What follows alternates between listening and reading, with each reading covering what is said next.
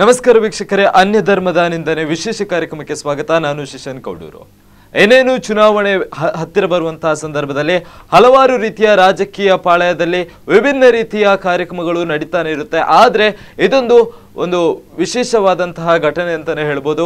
ರಾಜಕೀಯ ಪಾಳಯದಲ್ಲಿ ಮತದಾರರ ಗಮನವನ್ನು ಸೆಳೆಯಲಿಕ್ಕೋಸ್ಕರ ಮೊಯ್ದೀನ್ ಬಾವರ್ ಅವರು ನಡೆಸಿರ್ತಕ್ಕಂತಹ ಒಂದು ವಿಶೇಷವಾದ ರೀತಿಯ ಹಿಂದೂ ಧರ್ಮದ ನಿಂದನೆಯನ್ನು ಇಲ್ಲಿ ಮುಖ್ಯವಾಗಿ ಕಾಣ್ತಾ ಇರುವಂತದ್ದು. ಇದರ ಬಗ್ಗೆ ಇನ್ನಷ್ಟು ಮಾತಾಡಲಿಕ್ಕಿದೆ. ಈ ಕಾರ್ಯಕ್ರಮದ ಕುರಿತು ವಿಶೇಷವಾಗಿ ಮಾತಾಡಲಿಕ್ಕೆ ಇಬ್ಬರು ವಿಶೇಷವಾದ ಅತಿಥಿಗಳಿದ್ದಾರೆ. ಕಾಂಗ್ರೆಸ್ ಮುಖಂಡರಾಗಿರ್ತಕ್ಕಂತಹ ಗಣೇಶ್ ಪೂಜಾರಿ ಅವರು ಮತ್ತು ಹಿಂದೂ ಮಹಾಸಭಾ ಇದರ ಮುಖಂಡರಾಗಿರ್ತಕ್ಕಂತಹ ಧರ್ಮೇಂದ್ರ ಅವರು ನಮ್ಮ ಜೊತೆ ಇದ್ದಾರೆ. ಅವ್ರ ಜೊತೆ ಇನ್ನಷ್ಟು ಮಾತಾಡೋಣ ಈ ಕಾರ್ಯಕ್ರಮದ ಉದ್ದಕ್ಕೂ. ಅದಕ್ಕಿಂತ ಮುಂಚಿತವಾಗಿ ಈ ಕಾರ್ಯಕ್ರಮದ ಮುಖ್ಯವಾದ ಉದ್ದೇಶ ಏನಪ್ಪಾ ಅಂತ ಹೇಳಿದ್ರೆ, ಒಬ್ಬ ಶಾಸಕನ ಕುರಿತಾದಂತಹ ಹಾಡನ್ನು ರಚಿಸಲಿಕ್ಕೆ ಹಿಂದೂ ಧರ್ಮದ ದೇವರ ಒಂದು ಹಾಡನ್ನು ಬಳಕೆಯಾಗಿದೆ. ಆ ಹಾಡು ಯಾವ ರೀತಿ ಆಗಿದೆ, ಆ ಹಾಡನ್ನು ಯಾವ ರೀತಿ ಬಳಕೆ ಮಾಡಲಾಗಿದೆ ಅನ್ನುವಂಥದ್ದನ್ನು ಮೊದಲಾಗಿ ನೋಡ್ಕೊಂಡು ಬರೋಣ. ಅದರ ನಂತರ ಈ ಕಾರ್ಯಕ್ರಮದ ಉದ್ದಕ್ಕೂ ಇದರ ಕುರಿತಾದ ವಿಶ್ಲೇಷಣೆಗಳನ್ನು ಮಾಡೋಣ ಅಂತ ಹೇಳ್ತಾ, ಮೊದಲದಾಗಿ ಆ ಹಾಡು ಯಾವ ರೀತಿ ಆಗಿದೆ, ಆ ಹಾಡು ಯಾವುದನ್ನೋದನ್ನ ನೋಡ್ಕೊಂಡು ಬನ್ನಿ.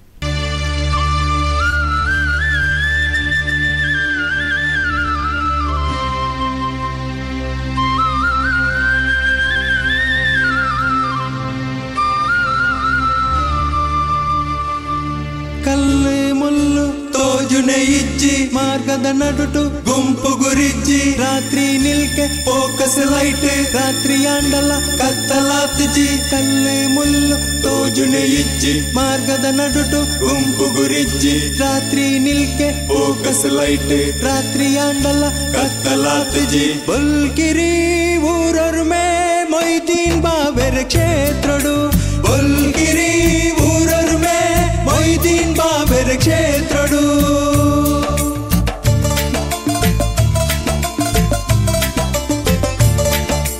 ಮಂಗಳೂರು ಉತ್ತರ ಕ್ಷೇತ್ರನುಯೇ ಬೆಂಗಳೂರು ಲೆಕ್ಕನೆ ಮಲ್ತೆರಿಯೇ ಪೊರ್ತುದ ಒಣಸು ತಿನ್ಪಿನ ತೆನಸು ಬೆನ್ಪಿನ ಕೈಕ್ ಕೆಲಸಲುಯೇ. ಕಲ್ಲು ಮುಳ್ಳು ತೋಜುನೆ ಇಜ್ಜಿ ಬಲ್ಕಿರಿ ಊರರ್ಮೆ ಮೊಯ್ದೀನ್ ಬಾವೆರ್ ಕ್ಷೇತ್ರಡು.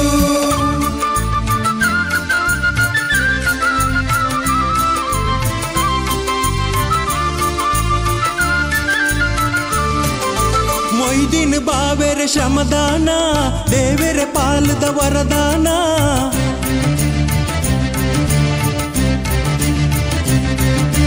ಮೊಯ್ದೀನ್ ಬಾವೆರ್ ಶ್ರಮದಾನ ದೇವೆರ ಪಾಲದ ವರದಾನ. ಸರ್ಕಾರ ಕೊರ್ಪಿನ ಸವಲತ್ತು ಪೂರ ತೆಪ್ಪಾದ ಕೊರಿನ ಚಲಗಾರೆ ಕೊಲ್ಲರೆ ಇಲ್ಲ ದಾಂತಿ ನಕಲೆಗೆ ಆಶ್ರಯ ಭಾಗ್ಯನು ಕೊರಿನಾರೆ. ಅಕ್ರಮ ಜಾಗೆಡ್ ಕೊಲ್ದಿ ನಕಲೆಗೆ ಸಕ್ರಮ ಮಲ್ತೆ ಬುಡ್ತೇರಿ. ಬಲ್ಕಿರಿ ಊರೊಳ್ಮೆ ಮೊಯ್ದೀನ್ ಬಾವೆರ್ ಕ್ಷೇತ್ರಡು.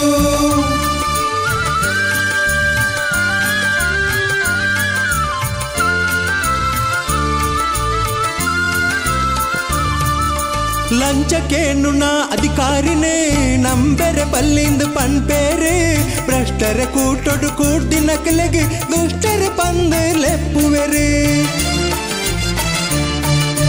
ಮಾತಾ ಜಾತಿ ವರ್ಗದ ಕುಲಿನಿ ಮೊಯ್ದೀನ್ ಬಾವೆರನ್ನು ನಂಬೇರೆ. ಕಾಂಗ್ರೆಸ್ ಪಕ್ಷದ ಕೈತ ಗುರುತುಗೆ ಓಟುನು ಕೊರ್ಲೆಂದು ಪಂಡೇರೆ. ಬಲ್ಕಿರಿ ಊರೊರ್ಮೆ ಮೊಯ್ದೀನ್ ಬಾವೆರ್ ಕ್ಷೇತ್ರಡು.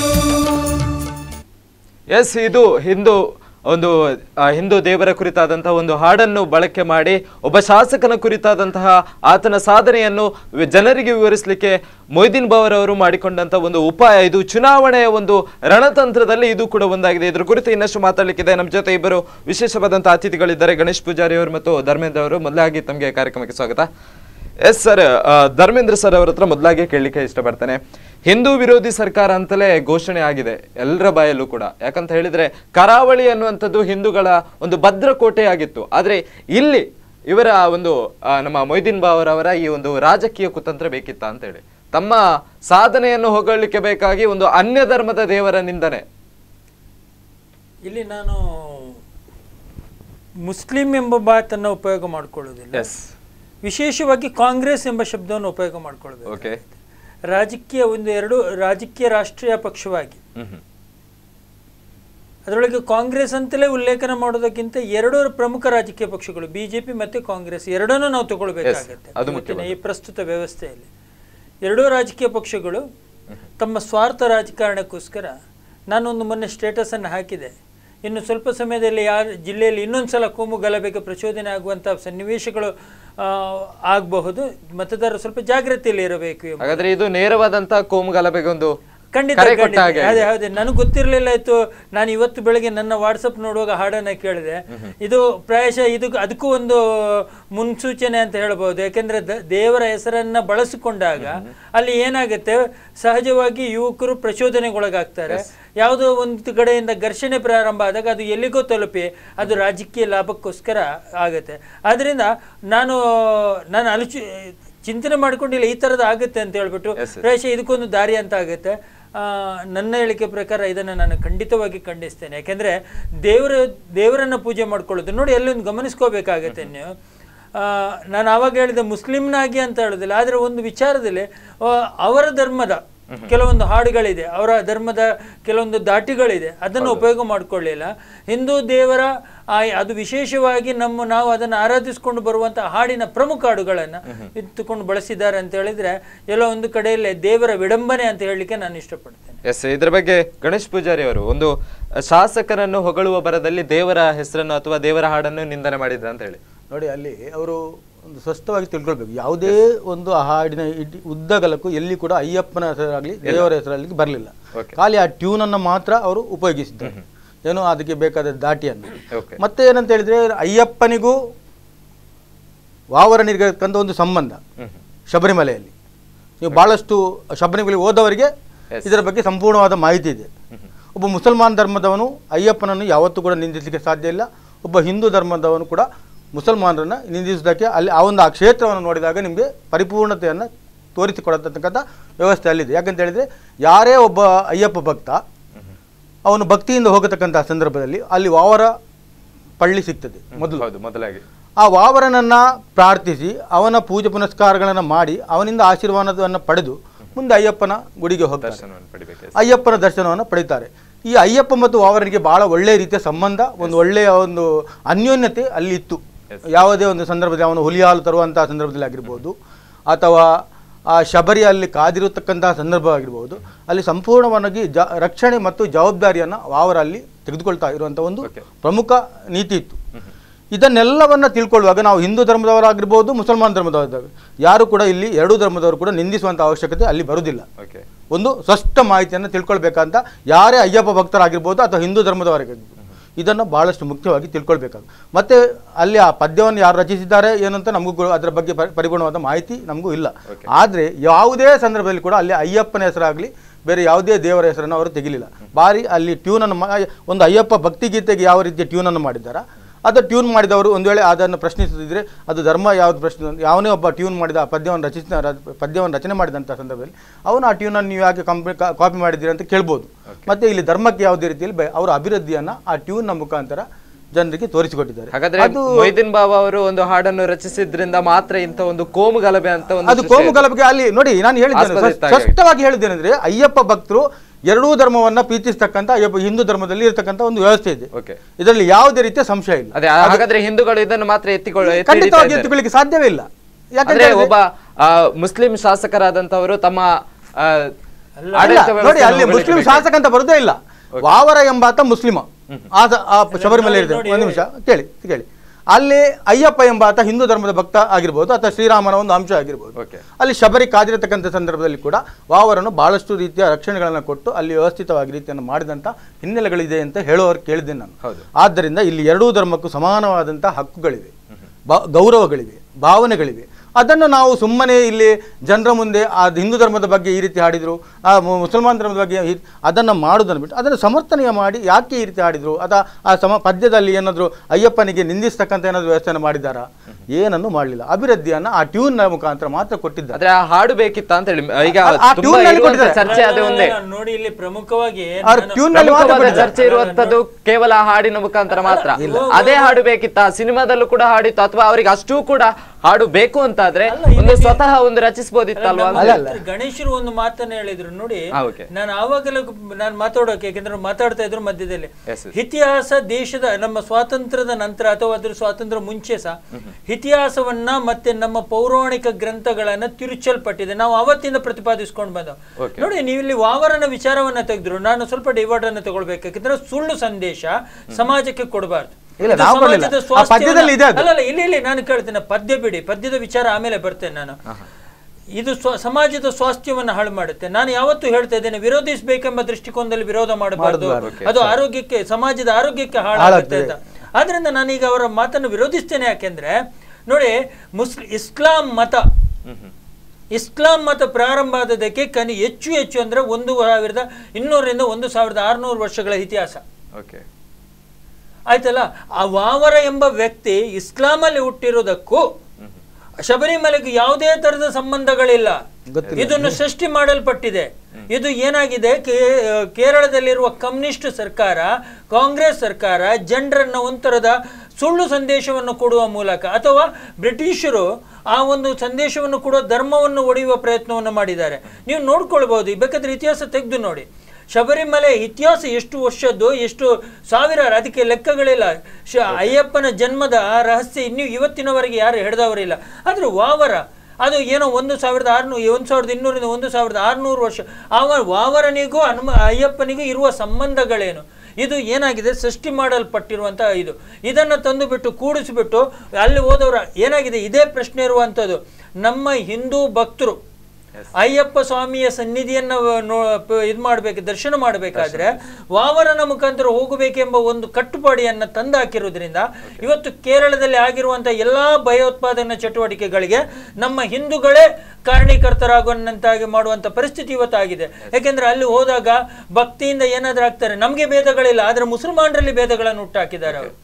ಅದ್ರ ಬಗ್ಗೆ ಮಾತಾಡ್ತಾ ಹೋದ್ರೆ ತುಂಬಾನೇ ಇದೆ, ಖಂಡಿತವಿದೆ. ಆದ್ರೆ ಒಂದು ಮಾತು ನಾನು ಹೇಳ್ತೇನೆ, ಇಸ್ಲಾಂ ಅಲ್ಲಿ ಬಹುದೇವತಾರಾಧನೆ ಇಲ್ಲ. ವಾವರ ನಮ್ಮ ಅಯ್ಯಪ್ಪನನ್ನು ಅವರು ಒಪ್ಪುದಿಲ್ಲ, ಅಯ್ಯಪ್ಪನನ್ನು ಒಪ್ಪುದಿಲ್ಲ, ಅಯ್ಯಪ್ಪನನ್ನ ದೇವರನ್ನಕ್ಕೆ ಅವರು ಇಸ್ಲಾಂ ಅಲ್ಲಿ ಒಪ್ಪಿಗೆ ಇಲ್ಲ. ಆದ್ರೆ ನಾವ್ ಯಾಕೆ ಒಪ್ಪಬೇಕು?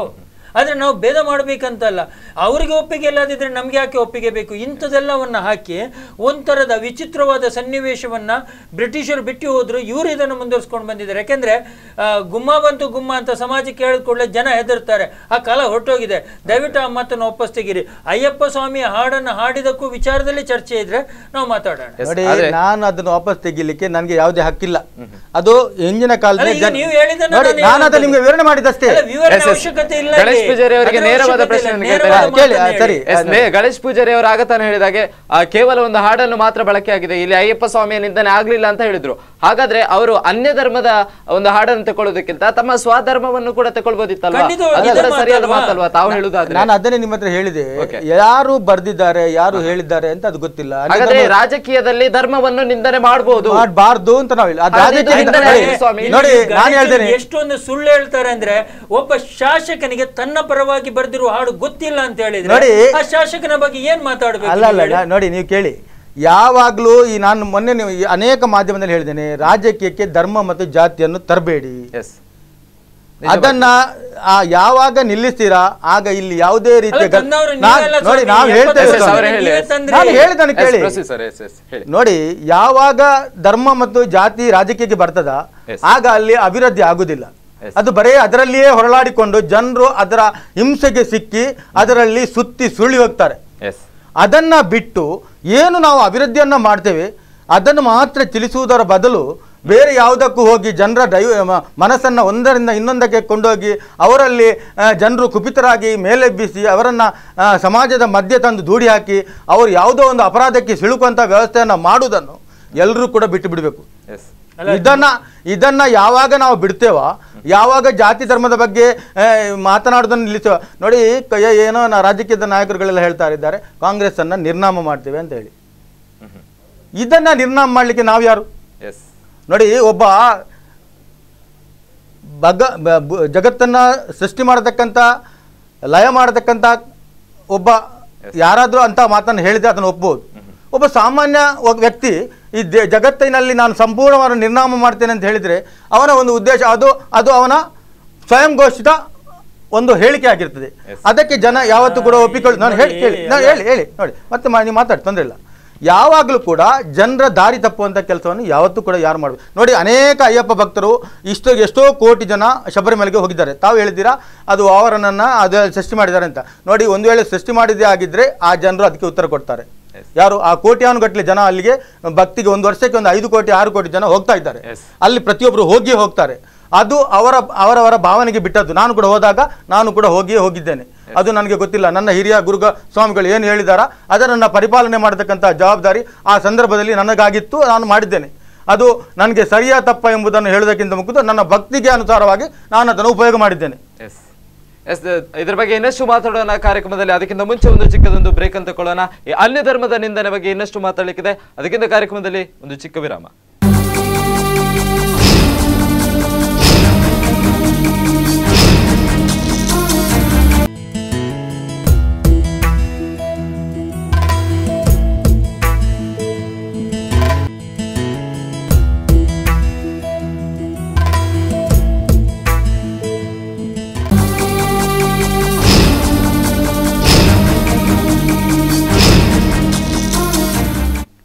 ವಿರಾಮದ ಬಳಿಕ ಅನ್ಯ ಧರ್ಮದ ನಿಂದನೆ ವಿಶೇಷ ಕಾರ್ಯಕ್ರಮಕ್ಕೆ ಸ್ವಾಗತ. ಸ್ವಾಗತನೇ ಮಾತಾಡ್ತಾ ಇದ್ವಿ ಧರ್ಮೇಂದ್ರ ಅವರೇ. ಒಂದು ಹಿಂದೂ ಧರ್ಮದ ದೂಷಣೆಯನ್ನು ಆಗಿದೆ ಅನ್ನುವಂಥದ್ದು ಇಲ್ಲಿ ಇದೆ. ಇಲ್ಲೀಗ ನಮಗೆ ಬಿಜೆಪಿ ಅನ್ನೋದು ಬೇಡ, ಕಾಂಗ್ರೆಸ್ ಅನ್ನುವಂಥದ್ದು ಬೇಡ. ಕೇವಲ ಒಬ್ಬ ರಾಜಕಾರಣಿ ಅಥವಾ ಒಬ್ಬ ಶಾಸಕನಿಂದ ಆತನ ಹೆಸರನ್ನು ಆತನ ಆಡಳಿತದ ಒಂದು ಹೊಗಳಿಕೊಳ್ಳಿಕ್ಕೆ ಬೇಕಾಗಿ ಇಲ್ಲಿ ಬಳಕೆ ಆಗಿದೆ ಅಂತ ಹೇಳಿ. ಅಲ್ಲ, ನೀವು ಬಿಜೆಪಿ ಬೇಡ ಕಾಂಗ್ರೆಸ್ ಬೇಡ ಅಂದ್ರೆ ಮಾತಿಗೆ ಅದಕ್ಕೆ ಆ ಒಂದು ಏನು ಇದಿದೆ ನೋಡಿ, ಆ ವಿಚಾರ ಇದೆ, ಅದಕ್ಕೆ ಅರ್ಥ ಬರುವುದಿಲ್ಲ ಅಂತ ನನ್ನ ಅನಿಸಿಕೆ. ಒಪ್ಕೊಳ್ಳೋಣ, ಶಾಸಕರು ಯಾವ ಪಕ್ಷದಿಂದ ಅವರು ಕಾಂಗ್ರೆಸ್ ಪಕ್ಷದಿಂದ ಇದ್ದಾರೆ. ಹಾಗಿರುವಾಗ ನಾವು ಅದನ್ನು ತಗೊಳ್ಳೇಬೇಕು. ಅದ್ರ ಮುಂಚೆ ನಮ್ಮ ಗಣೇಶ್ನವರು ಒಂದು ಮಾತನ್ನು ಹೇಳಿದ್ರು, ಜಾತಿ ಮತ್ತೆ ಧರ್ಮವನ್ನು ರಾಜಕೀಯಕ್ಕೆ ತರಬೇಡಿ, ಅದನ್ನು ಬಳಸ್ಕೊಳ್ಬೇಡಿ ಅಂತ ಹೇಳಿದ್ರು. ನಾನು ನೋಡಿದ ಪ್ರಕಾರ 70 ದೇಶದ ಆಡಳಿತ ಚುಕ್ಕಾಣಿ ಹಿಡಿದಿರೋದ್ರಿಂದ 1947ರಿಂದ ಎಲ್ಲಿವರೆಗೆ ಕಾಂಗ್ರೆಸ್ ಆಡಳಿತದಲ್ಲಿತ್ತ, ಆಮೇಲೆ ಮುಂದುವರಿಸ್ಕೊಂಡು ಬಿಜೆಪಿ ಕೂಡ ಅದನ್ನೇ ಮಾಡಿದ್ದು. ನಾನೇನು ಅದನ್ನು ಹೊಗಳದಂತಲ್ಲ. ದೇಶದ ಇತಿಹಾಸದಲ್ಲಿ ಜನರನ್ನು ಒಡೆದು ಆಳುವ ನೀತಿಯನ್ನು ಬ್ರಿಟಿಷರು ಬಿಟ್ಟು ಹೋದದನ್ನು ಇವರು ಮುಂದುವರಿಸ್ಕೊಂಡು ಹೋದ್ರು. ನೋಡಿ, ಸಂವಿಧಾನ ಸ್ಪಷ್ಟವಾಗಿ ಹೇಳಿದೆ, ನೀವು ಮೀಸಲಾತಿಯನ್ನು ಕೊಡಬೇಕಾದ್ರೆ 10 ವರ್ಷವನ್ನ ಕೊಡಿ, ತಪ್ಪಿದಲ್ಲಿ ಇನ್ನೊಂದು 10 ವರ್ಷವನ್ನ. ಆದ್ರೆ ಇವತ್ತಿನವರೆಗೆ ಆ ಮೀಸಲಾತಿಯನ್ನು ಇಟ್ಕೊಂಡು ಬಂದಿದ್ದಾರೆ. ಮೊನ್ನೆ ಒಂದು ವಾಟ್ಸಪ್ ಅಲ್ಲಿ ಒಂದು ಮಗು ಸ್ಪಷ್ಟವಾಗಿ ಹೇಳುತ್ತೆ, ಸ್ವಾಮಿ ನಾವೇನ್ ತಪ್ಪು ಮಾಡಿದ್ದೇವೆ, ನಾವು ಮೇಲ್ವರ್ಗದ ಜಾತಿಯಲ್ಲಿ ಹುಟ್ಟಿದೇ ತಪ್ಪ, ನೀವು ನಮ್ಮ ಎದುರುಗಡೆ ಮಕ್ಕಳಿಗೆ ಭೇದವನ್ನು ಕಲಿಸ್ತಿದ್ದೀರಿ. ಹಾಗಿರುವಾಗ ಯಾರು ಇದನ್ನು ಮಾಡಿದ್ದು? ಕರ್ನಾಟಕದ ಸಿದ್ದರಾಮಯ್ಯ ಸರ್ಕಾರ, ಕಾಂಗ್ರೆಸ್ ಸರ್ಕಾರ ಜಾತಿಯನ್ನು ಎಳೆದು ತಂತು. ಇವ್ರು ಹೇಳ್ತಾ ಇದ್ರೆ ತರಬೇಡಿ. ಹಾಗಾದ್ರೆ ಯಾವರ ಮಾತು ನಂಬುದು? ಕಾರ್ಯಕರ್ತರನ್ನ ಮಾತನ್ನು ನಂಬೇಕಾ, ನಾಯಕರನ್ನ ಒಪ್ಕೋಬೇಕಾ? ಜಾತಿಯನ್ನ ತಂದ್ರು, ಲಿಂಗಾಯತರು ವೀರಶೈವ ಲಿಂಗಾಯತರು ಅಂತ ಸ್ಪ್ಲಿಟ್ ಮಾಡಿದ್ರು. ಹಾಗಂತೇಳಿ ಬಿಜೆಪಿ ಅಲ್ಲ, ಬಿಜೆಪಿ ಕೂಡ ಇದನ್ನೇ ಮಾಡಿದ್ರು. ಇದಕ್ಕೆ ಮೂಲ ಕಾರಣವೇ ಯಡಿಯೂರಪ್ಪನವರು. ಲಿಂಗಾಯತರು ಮತ್ತೆ ವೀರಶೈವರ ಮಧ್ಯದಲ್ಲಿ ಒಡಕುಮಾಕಾರ, ಆದ್ರೆ ಅದನ್ನು ಹುಟ್ಟಾಕಿ ಹೋಗಿಬಿಟ್ರು. ಆಮೇಲೆ ಅದನ್ನು ಬೆಳೆಸಿದವರು ಸಿದ್ದರಾಮಯ್ಯನವರು. ಆಗಿರುವಾಗ 2 ಕಣ್ಣುಗಳೇ ಇದು ಬಿಜೆಪಿ ಮತ್ತೆ ಕಾಂಗ್ರೆಸ್ಗಳು ಜಾತಿ ವ್ಯವಸ್ಥೆಗೆ ಭಾರತದಲ್ಲಿ ಇಡೀ ಮೂಲ ಪುರುಷರವರು. ನೋಡಿ, ಇವತ್ತು ನೀವು ಗಮನಿಸ್ಕೊಳ್ಳಿ, ಏನು ಇದು ಸೀಟ್ ಹಂಚಿಕೆ ಆಗುವಾಗ ಅವರು ಹೇಳ್ತಾರೆ ಸಂವಿಧಾನದಲ್ಲಿ ಎಲ್ಲೂ ಇಲ್ಲ, ಸಂವಿಧಾನದಲ್ಲಿ ಹೇಳುತ್ತೆ ಈ ವರ್ಗದ ಜನರಿಗೆ ಕೊಡಿ ಅಂತ ಹೇಳ್ಬಿಟ್ಟು. ಇವರು ಹೇಳ್ತಾರೆ ಬ್ರಾಹ್ಮಣರು ಇಷ್ಟು %, ಲಿಂಗಾಯತರು ಇಷ್ಟು %, ಮತ್ತೊಬ್ಬರು ಮಗದೊಬ್ಬರು. ಈ ಹಂಚಿಕೆಯಲ್ಲಿ ಜಾತಿ ವ್ಯವಸ್ಥೆ ತರುವವರು ಇವರೇ. ಮತ್ತೆ ಹೇಳ್ತಾರೆ ತರಬೇಡಿ ಅಂತ ಹೇಳ್ಬಿಟ್ಟು. ಅದು ಯಾವ ನ್ಯಾಯ ಅಂತ ಅರ್ಥ ಆಗ್ತಾ ಇಲ್ಲ. ಇನ್ನೊಂದು, ನೀವು ಮೂಲ ಪ್ರಶ್ನೆಗೆ ನಾನು ಬರ್ತೇನೆ. ನೋಡಿ, ಯಾವತ್ತೂ ಅಷ್ಟೇ ನಮ್ಮ ದಕ್ಷಿಣ ಕನ್ನಡ ಜಿಲ್ಲೆ, ವಿಶೇಷವಾಗಿ ದಕ್ಷಿಣ ಕನ್ನಡ ಜಿಲ್ಲೆ ಒಂದು ಕೋಮು ಸೂಕ್ಷ್ಮ ಪ್ರದೇಶ. ಇಲ್ಲಿ ಕರಾವಳಿ ಪ್ರದೇಶ, ಸಹಜವಾಗಿ ಉಡುಪಿ ಕೂಡ ಅದರೊಳಗೆ ಬರುತ್ತೆ. ಅದರೊಳಗೆ ಇತ್ತೀಚೆಗೆ ದಕ್ಷಿಣ ಕನ್ನಡ ಜಿಲ್ಲೆ ವಿಶೇಷವಾಗಿ ನಲುಗಿದೆ. ಹಾಗಿರುವಾಗ ಒಬ್ಬ ಜವಾಬ್ದಾರಿತ ಶಾಸಕ, ನಾನೇನು ಟ್ಯೂನ್ ಹಾಕಿಲ್ಲ, ಅದರೊಳಗೆ ಏನು ಆಗುವಂಥದ್ದಲ್ಲ. ಆದರೆ ಸೂಕ್ಷ್ಮತೆಯನ್ನು ಅರ್ಥ ಮಾಡ್ಕೊಳ್ಬೇಕಾಗತ್ತೆ. ಇವತ್ತಲ್ಲ ನಾಳೆ ಈ ವಿಚಾರಗಳಲ್ಲಿ ಇನ್ನೊಂದು ಸಂಘರ್ಷಕ್ಕೆ ಇವರು ನಾಂದಿ ಆಡ್ತಾ ಇದ್ದಾರೆ. ಅದಕ್ಕೆ ನಾನು ಮೊನ್ನೆ ಹೇಳಿದಾಗೆ ನಾವು ನಿಮಗೆ ತಿಳಿಸಿದ್ದೇನೆ, ಅತ್ಯಂತ ಶೀಘ್ರದಲ್ಲಿ ಇನ್ನೊಂದು ಕೋಮು ಗಲಭೆಗೆ. ಆದರೆ ನನಗೆ ಗೊತ್ತಿರಲಿಲ್ಲ ಇದೊಂದು ನಾಂದಿ ಆಗಬಹುದೇ ಅಂತ. ಪ್ರಾಯಶಃ ಇದನ್ನು ಅಲ್ಲೇ ಮುಚ್ಚಾಕಿದ್ರೆ ಉತ್ತಮ. ಯಾಕೆಂದ್ರೆ ಇದನ್ನು ಮುಚ್ಚಾಕ್ಲಿಕ್ಕೆ ಬಿಜೆಪಿಯವರು ಬಿಡ್ತಾ ಇಲ್ಲ. ಈಗಾಗಲೇ ತುಂಬಾ ಪ್ರಚಾರ ಮಾಡಿದ್ರು, ಹಿಂದೂ ದೇವರ ವಿಡಂಬನೆಗಳಾಗ್ತಾ ಇದೆ, ಹಿಂದೂ ದೇವರ ಹಾಡುಗಳು ವಿಡಂಬನೆ ಆಗ್ತಾ ಇದೆ. ನಾನು ಕೇಳ್ತೇನೆ, ನೀವು ಉಪಯೋಗ ಮಾಡಿಲ್ಲ ಸ್ವಾಮಿ, ನೀವು ಹಾಡನ್ನು ಉಪಯೋಗ ಮಾಡಿಲ್ಲ ಹಿಂದೂ ದೇವರದ್ದು ನಿಮ್ಮ ರಾಜಕೀಯಕ್ಕೆ. ಹಾಗಾದ್ರೆ ನೀವು ಬಳಸ್ಕೋಬಹುದು. ಕಾಂಗ್ರೆಸ್, ನಾನು ವಿರೋಧ ಇದ್ದೇನೆ, ಅದನ್ನು ಮಾಡಬಾರ್ದಂತಲೇ ನಾನು ಯಾಕೆ ಕೇಳ್ತಾ ಇದ್ದೇನೆ ಅಂದ್ರೆ, ರಾಜಕೀಯಕ್ಕೆ ದೇವರನ್ನು ಉಪಯೋಗ ಮಾಡ್ಕೋಬೇಡಿ ನೀವು. ರಾಜಕೀಯಕ್ಕೆ ದೇವರ ಹಾಡುಗಳನ್ನು ಉಪಯೋಗ ಮಾಡಬೇಡಿ. ಟ್ಯೂನ್ ಬಂದ ಕೂಡಲೇ ಹಾಡು ಬರುತ್ತೆ. ಕಲ್ಲು ಮುಳ್ಳು ಆ ಶಬ್ದಗಳು ಬಂದಾಗ ಅಲ್ಲಿ 1, 2, 3 ಕಡೆಯಲ್ಲಿ ಆ ಶಬ್ದವನ್ನು ಉಪಯೋಗ ನಾನು ಕೇಳಿದೆ. ಅದೇನಾಗುತ್ತೆ, ಅದಕ್ಕೆ ಒಂದು ಸಂಪರ್ಕವನ್ನು ಆಗುತ್ತೆ. ಆದ್ದರಿಂದ ನಾನು ಕೇಳೋದು, ಪ್ರಚೋದನೆಗೆ ದಾರಿ ಮಾಡಿಕೊಂಡು ರಾಜಕೀಯ ಹುನ್ನಾರಕ್ಕೆ ಧರ್ಮವನ್ನು ತರಬೇಡಿ, ದೇವರನ್ನು ತರಬೇಡಿ, ಜನರ ಮಧ್ಯದಲ್ಲಿ ವಿಷ ಬೀಜ ಬಿತ್ತಬೇಡಿ. ಅದಕ್ಕೆ ನಾನು ಹೇಳೋದು, ಈ ಸಲ ಮತದಾರರು ಖಂಡಿತವಾಗಿ ಕಾಂಗ್ರೆಸ್ ಬಿಜೆಪಿಯನ್ನು ತಿರಸ್ಕರಿಸಿ. ಇವರು ಇಡೀ ನೋಡಿ ಏನಾಗುತ್ತೆ, ಇವ್ರು ಯಾರು ಸಿಕ್ಕಲ್ಲ ಸ್ವಾಮಿ. ಜಗಳ ಆದಾಗ, ಗಲಾಟೆ ಆದಾಗ ಯಾರು ಹುಟ್ಟಾಕ್ತಾರೆ, ಯಾರು ನಾಯಕರಿದ್ದಾರೆ, ಮನೇಲಿ ಹೋಗಿ ಆರಾಮಾಗಿ ಕೂರ್ತಾರೆ ಟಿವಿ ಮುಂದೆ ಕಡೆ. ಸಾಮಾನ್ಯವಾಗಿ ದಿನನಿತ್ಯದ ಪಾಡಿಗೋಸ್ಕರ ದುಡಿಯುವವ ಅಲ್ಲಿ ಹಣ ಹಾಕ್ತಾನೆ. ಇನ್ನೊಂದು ಹುನ್ನಾರ ಅಂತ ನಾನು ಹೇಳಲಿಕ್ಕೆ ಇಷ್ಟಪಡ್ತೇನೆ. ವಿಶೇಷವಾಗಿ ಹಿಂದೂ ದೇವರ ವಿಡಂಬನೆಯನ್ನು ಮಾಡ್ತಾ ಇದ್ದಾರೆ. ಆದ್ರಿಂದ ಪೂಜಾ ಇವರು ನಮ್ಮ ಶಾಸಕರು ಮಂಗಳೂರು ಉತ್ತರದ ಬಹಿರಂಗವಾಗಿ ಕ್ಷಮೆ ಕೇಳಬೇಕು. ಅವರು ಇಲ್ಲ ಕಷ್ಟ ಆದಿತ್ತು ಅಂತ ನಾನು ಹೇಳಿ. ಗಣೇಶ್ ಪೂಜಾರಿ ಅವರೇ, ಒಂದು ಹಿಂದೂ ಆಗಿರ್ಬೋದು, ಮುಸ್ಲಿಂ ಆಗಿರ್ಬೋದು, ಯಾವುದೇ ಒಂದು ಧರ್ಮದ ಒಂದು ಧಾರ್ಮಿಕ ಚಿಂತನೆಗೆ ಧಕ್ಕೆ ಉಂಟು ಮಾಡುವಂಥದ್ದು ಎಷ್ಟರ ಮಟ್ಟಿಗೆ ಸರಿ ಅನ್ನುವಂಥದ್ದು ಅದು ನೋಡಿ, ಅದೇ ನಾನು ನಿಮ್ಮ ಹತ್ರ ಹೇಳಿದ್ದೇನೆ, ನಾನು ಸ್ಪಷ್ಟವಾಗಿ ಹೇಳಿದ್ದೇನೆ. ಯಾವುದೇ ರೀತಿಯಲ್ಲಿ ನಿಂದನೆಯನ್ನು ಮಾಡಲಿಲ್ಲ. ಒಂದು ವೇಳೆ ಅದು ಜನವಿರೋಧಿ ಅಂತ ಆಗಿರ್ತಕ್ಕಂಥ ಏನಾದರೂ ಆ ಟ್ಯೂನ್ ಇರುವುದಾದರೆ ಅದನ್ನು ಶಾಸಕರಿಗೆ ಹೇಳಿ ತಕ್ಷಣ ಅದರ ಬಗ್ಗೆ ಅದು ಯಾವುದೇ ರೀತಿಯಲ್ಲಿ ಅದನ್ನು ಉಪಯೋಗಿಸಬಾರ್ದು ಅಂತ ನಾವು ಅವರಿಗೆ ಒಂದು ಮನವಿಯನ್ನು ಮಾಡ್ತೇವೆ, ಅದನ್ನು ಮಾಡಿಸ್ತೇವೆ. ಒಂದು ಮತ್ತೆ ಅಲ್ಲಿ ಎಲ್ಲಿ ಕೂಡ ಅವರು ನಿಂದಿಸಲಿಲ್ಲ. ಯಾಕೆಂತ ಹೇಳಿದ್ರೆ ನನ್ನ ಅನುಭವ, ನನ್ನ ಮಿತ್ರರು ಹೇಳ್ತಾರೆ ಅಲ್ಲಿ ವಾವರ ಪಲ್ಯ ಬಗ್ಗೆ ನನಗೆ ಗೊತ್ತಿಲ್ಲ ಅಂತ, ನಾನು ಅಲ್ಲಿ ಇರುವುದಿಲ್ಲ ಅಂತ. ನನಗೆ ಅದು ಗೊತ್ತಿಲ್ಲ, ನಮಗೆ ಅದು ಸ್ಪಷ್ಟವಾಗಿ ಹೇಳ್ತಕ್ಕಂಥ ನಾನು ಅದೇ ಅನೇಕ ಇತಿಹಾಸ, ಸಾವಿರಾರು ವರ್ಷಗಳ ಇತಿಹಾಸದಿಂದ ಅಲ್ಲಿ ಜನ ಹೋಗ್ತಾ ಇದ್ದಾರೆ. ಅಲ್ಲಿ 2 ಧರ್ಮದವರು ಬಹಳಷ್ಟು ಅನ್ಯೋನ್ಯವಾಗಿ ಬದುಕುತ್ತನ್ನು ನೋಡಿದ್ದೇನೆ, ನೋಡ್ತಾ ಇದ್ದೇವೆ. ಆದರೂ ಕೂಡ ಇವತ್ತು ಈ ರಾಜಕೀಯದ ಕೆಲವೊಂದು ಉದ್ದೇಶಗಳಿಗಾಗಿ ಅನೇಕ ರೀತಿಯ ಹೇಳಿಕೆಗಳು ಮತ್ತು ಅದರಲ್ಲಿ ಬರತಕ್ಕಂಥ ಏನು ತಪ್ಪು ಮಾಹಿತಿಗಳನ್ನ ಜನರ ತಲೆಗೆ ತುಂಬಿಸ್ತಕ್ಕಂಥ ಕೆಲಸ ಇವತ್ತು ವೇಗವಾಗಿ ಆಗ್ತದೆ. ಸರಿ ಮಾಹಿತಿಗಳನ್ನ ಜನರ ತಲೆಗೆ ತುಂಬ್ತಾ ಇದ್ದೇವೆ. ಅಲ್ಲ ನೋಡಿ, ಇವತ್ತು ಏನಾಗಿದೆ ಅಲ್ಲ, ನಾವು ತಪ್ಪಿದ್ರು ಕೂಡ ಸರಿ ನೋಡಿ. ಈ ಏನು ಸಮಾಜದಲ್ಲಿ ಅಲ್ಲಿ ಒಡಕುಗಳು ಬಾರದೇ ಇರೋದಕ್ಕೆ ನೋಡ್ಬೇಕಿದ್ರೆ, ಒಂದು ವೇಳೆ ಅಲ್ಲಿ ತಪ್ಪಾಗಿದ್ರೆ ನೋಡಿ ಅದನ್ನು ಆ ರೀತಿ ಮಾಡಿದ್ದು ಸರಿಯಲ್ಲ. ನೀವು ಈ ರೀತಿ ಹೋಗುದು ಈ ರೀತಿ ದಾರಿ ಸರಿ ಇಲ್ಲ, ಇದನ್ನು ನೀವು ಸರಿದಾರಿ ಮಾಡಿಕೊಂಡು ಮುಂದೆ ಹೊರಿ. ಅದನ್ನು ಜನರ ಮೇಲೆ ತುಂಬಿಸಿ ಅದು ವಿರೋಧ ಮಾಡಿ ಅದನ್ನು ಜನರನ್ನು ಎಬ್ಬಿಸಿ ಅಲ್ಲಿ ಗಲಾಟೆಗೆ ಅವಕಾಶವನ್ನು ಮಾಡೋದು ನಾವು ಯಾರು ಕೂಡ ಸರಿಯಲ್ಲ. ಒಂದು ವೇಳೆ ಅದು ಮೊಯ್ದೀನ್ ಬಾವರ್ ಅದು ಜನರಿಗೆ ಸರಿಯಲ್ಲ ಅಂತ ಹೇಳಿದಾಗ ಅದನ್ನು ನಾವು ತಕ್ಷಣವೇ ಅದನ್ನು ರಿಮೂವ್ ಮಾಡಲಿಕ್ಕೆ ಹೇಳ್ತೇವೆ. ಅಂತಹ ಪದ್ಯಗಳನ್ನೆಲ್ಲ ಉಪಯೋಗ ಮಾಡೋದು ಬೇಡ ಅಂತ.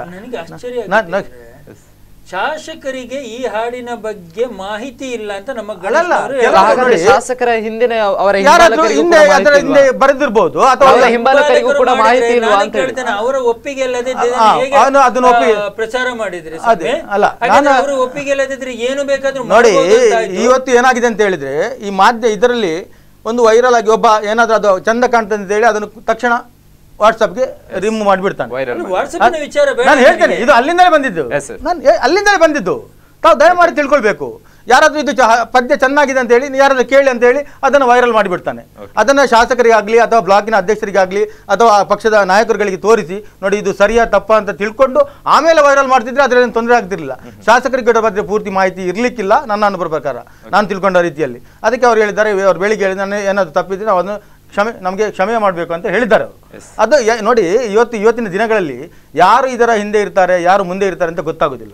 ಇದನ್ನು ನಾವು ಬಹಳಷ್ಟು ಸಮಾಜದಲ್ಲಿರ್ತಕ್ಕಂಥ ನಾವು ಜವಾಬ್ದಾರಿಯುತ ವ್ಯಕ್ತಿಗಳು ಇದನ್ನ ಜಾಸ್ತಿ ಹಬ್ಬದ ರೀತಿಯಲ್ಲಿ, ಅದು ಒಂದು ಸಮರ್ಥ ರೀತಿಯಲ್ಲಿ ನಿಲ್ಲುವಂಥ ರೀತಿಯಲ್ಲಿ ನಾವು ವ್ಯವಸ್ಥೆಯನ್ನು ಮಾಡಿ ಜನರು ಆಕ್ರೋಶಿತರಾಗದೆ ಈ ಜಿಲ್ಲೆ ಮತ್ತೆ ಕೋಮುಗಲಭೆಗೆ ಅವಕಾಶ ಮಾಡದ ರೀತಿಯಲ್ಲಿ ನಾವು ಬದುಕತಕ್ಕಂಥ ಒಂದು ವ್ಯವಸ್ಥೆಯನ್ನು ಜನರಿಗೆ ಕೊಡಬೇಕಂತ ನಾನು ಎಲ್ಲರಲ್ಲಿಯೂ ವಿನಂತಿ ಮಾಡ್ತಾ ಇದ್ದೇನೆ.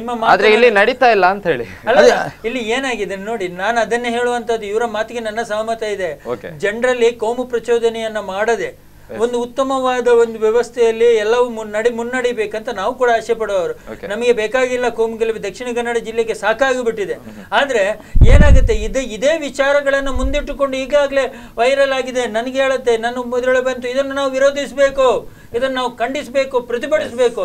ಹೌದು ಸ್ವಾಮಿ, ನೀವು ಖಂಡಿಸ್ತೀರಿ, ಪ್ರತಿಭಟಿಸ್ತೀರಿ, ವಿರೋಧಿಸ್ತೀರಿ, ಸರಿ, ಒಪ್ಪುಕೊಳ್ಳೋಣ. ಅದು ಎಲ್ಲಿಗೆ ತಲುಪುತ್ತೆ? ಒಬ್ಬ ಸಾಮಾನ್ಯರಲ್ಲಿ ಸಾಮಾನ್ಯ ಇದ್ರ ಬಗ್ಗೆ ತಕರಾರು ಎತ್ತಿದಾನ?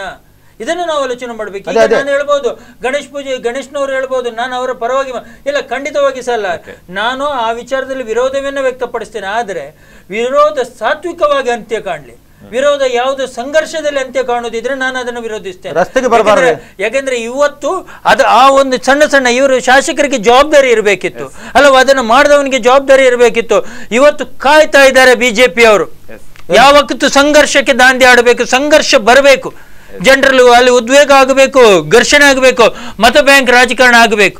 ಈಗ ನೋಡಿ ಮೊನ್ನೆಲ್ಲ ಇಷ್ಟೆಲ್ಲ ಆಯ್ತು, ಆದರೆ ಹಿಂದ್ಗಡೆ ಇತಿಹಾಸವನ್ನು ಹಿಂದ್ಗಡೆ ಇರುವ ಸತ್ಯವನ್ನು ಹುಡುಕಿ ತೆಗೆಯುವ ಪ್ರಯತ್ನ ಯಾರು ಮಾಡಿಲ್ಲ, ಅಲ್ಲಿಗೆ ಮುಚ್ಚೋಗಲ್ಪಟ್ಟಿದ್ದು. ಆದರೆ ನಾನು ಕೇಳುವಂಥದ್ದು, ಯಾರು ಅಪರಾಧಿ ಇದ್ದಾನೆ ಅವನಿಗೆ ಶಿಕ್ಷೆ ಆಗಬೇಕು, ಮುಂದೆ ಮಾಡಬಾರ್ದು. ನೋಡಿ ಇವತ್ತು ಇಂಥದಕ್ಕೆಲ್ಲ ಆದ ಕೂಡಲೇ ಏನಾಗುತ್ತೆ, ಇದು ಮತ ಬ್ಯಾಂಕ್ ರಾಜಕಾರಣಕ್ಕೆ ನಾನು ತುಂಬಾ ಎದುರ್ಕೊಂಡೆ ನಾನು ಮೊನ್ನೆ ಹಾಕಿದ್ದು.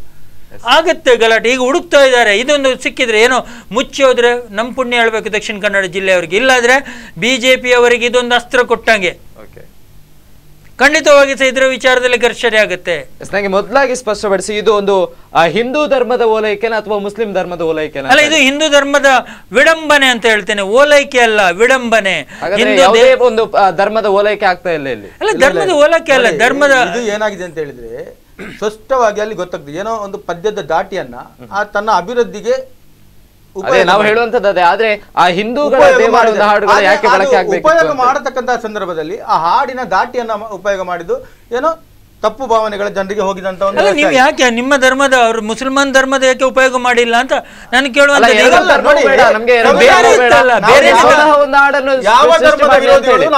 ಅಲ್ಲ, ನಿಮ್ ಸರಿ, ಅವ್ರು ಹೇಳೋ ಆಂಕರ್ ಹೇಳಿದ ಮಾತನ್ನೇ ನಾನು ಒಪ್ಕೊಳ್ತೇನೆ. ನೀವು ಎಲ್ಲ ಯಾವ್ದು ಬೇಡಪ್ಪ, ಹೊಸತಾದ ಒಂದು ಹಾಡನ್ನ ರಚನೆ ಮಾಡಿ, ಯಾರು ವಿರೋಧ ಮಾಡ್ತಾರೆ?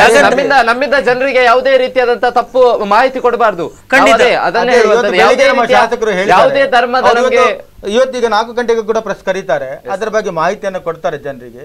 ಅದು ಏನೋ ಯಾರೋ ಒಬ್ರು ಒಂದು ಡಾಟಿಯನ್ನು ಮಾಡಿ ಅದಕ್ಕೆ ಟ್ಯೂನ್ ಮಾಡಿ ಡೈರೆಕ್ಟ್ ಆಗಿ ಅದು ಕೇಳಲಿಕ್ಕೆ ಒಳ್ಳೆ ಇಂಪಾಯ್ತು ಅಂತೇಳಿ ಅದನ್ನು ಸ್ಪ್ರೆಡ್ ಮಾಡಿದ್ದಾರೆ. ಆದ್ದರಿಂದ ಅದು ದೊಡ್ಡ ಒಂದು ನಮ್ಮ ಅದನ್ನು ದುರಂತ ಅಂತ ಹೇಳಲಿಕ್ಕೆ ಅವಕಾಶ ಇಲ್ಲ. ಯಾಕೆಂತ ಹೇಳಿದ್ರೆ ಏನೋ ತಪ್ಪಾಗಿದೆ, ಅದನ್ನು ಒಪ್ಪಿಕೊಂಡು ಅದನ್ನು ಸರಿ ಮಾಡ್ಬೋದು, ದೊಡ್ಡ ವಿಷಯ ಅಲ್ಲ. ಯಾಕೆಂತ ಹೇಳಿದ್ರೆ ಯಾರಿಗೂ ಎರಡೂ ಧರ್ಮ ಕೂಡ, ನನ್ನ ಅನುಭವ ಪ್ರಕಾರ ಶಬರಿಮಲೆ ಅಯ್ಯಪ್ಪನನ್ನು ಎರಡೂ ಧರ್ಮದವರು ಅಲ್ಲಿಗೆ ಬರ್ತಾ ಇದ್ದೀರಿ, ಅದನ್ನು ಬಿಟ್ಟು ಬಿಡಿ. ಅಲ್ಲಲ್ಲ, ನಾನು ಯಾವ ಅದಕ್ಕೆ ಮತ್ತೆ ಅದನ್ನು ದೇವರು ಅಂತ ಹೇಳಿದ್ರೆ ಅಯ್ಯಪ್ಪನ ಭಕ್ತಿಗೀತೆ ಅದು. ತಾವು ದಯಮಾಡಿ ನನ್ನ ಇದನ್ನ ಸಹಕಾರ ಮಾಡ್ಬೇಕು. ಯಾಕಂತ ಹೇಳಿದ್ರೆ ನಾನೇನು ತಪ್ಪು ಹೇಳುವುದಂತ ವ್ಯವಸ್ಥೆ ಅಲ್ಲ. ಅಲ್ಲಿ ಬಹಳಷ್ಟು ಜ್ಞಾಣ್ಮೆ ಮತ್ತು ಸಾನುಮತಿಯಿಂದ ನಾವು ಜನರನ್ನ ಈ ಒಂದು ಸರಿದಾರಿಗೆ ತರತಕ್ಕಂಥ ಕೆಲಸವನ್ನು ಮಾಡಬೇಕು. ತಪ್ಪು ದಾರಿಗೆ ತಿಳ್ಕೊಳ್ಬಾರ್ದು ಅವ್ರು. ಯಾಕಂತ ಹೇಳಿದ್ರೆ ಅನೇಕ ಅಯ್ಯಪ್ಪ ಭಕ್ತರಿಗೆ ನಾವು ಒಂದು ವೇಳೆ ಇದನ್ನು ಮುಸ್ಲಿಂ ಧರ್ಮದವ್ರ ವಿರೋಧ ಅಂತ ಹೇಳಿದ್ರೆ ಅಯ್ಯಪ್ಪ ಭಕ್ತರಿಗೂ ಕೂಡ ನಾವು ಒಂದು ವಿರೋಧ ಮಾಡಿರ್ತಕ್ಕಂಥ ಯಾವ ವಿಚಾರದಲ್ಲಿ ವಿರೋಧ ಮಾಡ್ತಾ ಇದ್ದೇವೆ? ಎರಡು ಧರ್ಮವನ್ನು ಪ್ರೀತಿಸ್ತಕ್ಕಂಥ ಅನೇಕ ಭಕ್ತರು ನಮ್ಮ ದೇಶದಲ್ಲಿದ್ದಾರೆ. ಅದನ್ನ ನಾವು ಒಪ್ಪಿಕೊಳ್ಬೇಕು. ಇದು ಅದು ಇಲ್ಲವಾ ಸರಿಯಾ ತಪ್ಪ ಅದು ನಮ್ಗೆ ಗೊತ್ತಿಲ್ಲ. ಆದರೆ ಅಲ್ಲಿ ಹೋಗತಕ್ಕಂಥ ಪ್ರತಿಯೊಬ್ಬ ಭಕ್ತನು ಕೂಡ ಅಲ್ಲಿ ಎರಡೂ ಧರ್ಮವನ್ನು ಅನ್ಯೋನ್ಯವಾಗಿ ಪ್ರೀತಿಸ್ತಕ್ಕಂಥವಾಗಿ ಹೋಗತಕ್ಕಂಥ ಕೆಲಸವನ್ನು ಮಾಡಿದ್ದಾನೆ. ಆದ್ದರಿಂದ ಇದರಿಂದ ಏನಾದರೂ ಜನರಿಗೆ ತೊಂದರೆಗಳು ಆಗಿದೆ ಅಂತ ಆದರೆ ಖಂಡಿತವಾಗಿ ನನ್ನ ಅನುಭವ ಪ್ರಕಾರ ಆ ಟ್ಯೂನನ್ನು ಯಾರು ಪದ್ಯಕ್ಕೆ ಕೊಟ್ಟಿದ್ದಾನೆ ಅವನು ಅದನ್ನು ಪ್ರಶ್ನೆ ಮಾಡಬೇಕಿತ್ತು. ಏನು ಅಯ್ಯಪ್ಪ ಭಕ್ತರ ಪದ್ಯಕ್ಕೆ ಅದೊಂದು ಟ್ಯೂನನ್ನು ಕೊಟ್ಟಿದ್ದಾನೆ, ಅವನು ನನ್ನ ಸಂಗೀತ ನಿರ್ದೇಶನವನ್ನು ನೀವು ಯಾಕೆ ಉಪಯೋಗ ಮಾಡಿದ್ದಾರೆ ಅಂತೇಳಿ ಮೊಯ್ದೀನ್ ಬಾವರಿಗೆ ಕೇಳಬೇಕು. ಆದ್ದರಿಂದ ನಾನು ಒಂದು ವೇಳೆ ಅದನ್ನು ತಪ್ಪು ಅಂತ ಹೇಳಿದ್ರೆ ಮೊಯ್ದೀನ್ ಬಾವರವರು ಅದಕ್ಕೆ ಪ್ರಶ್ನೆ ಕರೆದು ಅದಕ್ಕೆ ಸರಿಯಾದ ಉತ್ತರವನ್ನು ಎಲ್ಲ ನಾಡಿನ ಜನರಿಗೆ ಕೊಡ್ತಾರೆ. ಅದರಲ್ಲಿ ಯಾವುದೇ ರೀತಿಯ ನಿಮಗೆ ತೊಂದರೆಗಳು ತೊಡಕುಗಳು ಖಂಡಿತವಾಗಿಯೂ ನಮ್ಮ ಹಿಂದೂ ಧರ್ಮಕ್ಕೆ ಬರುವುದಿಲ್ಲ, ಅದನ್ನು ಬರಲಿಕ್ಕೆ ನಾವು ಬಿಡುವುದಿಲ್ಲ.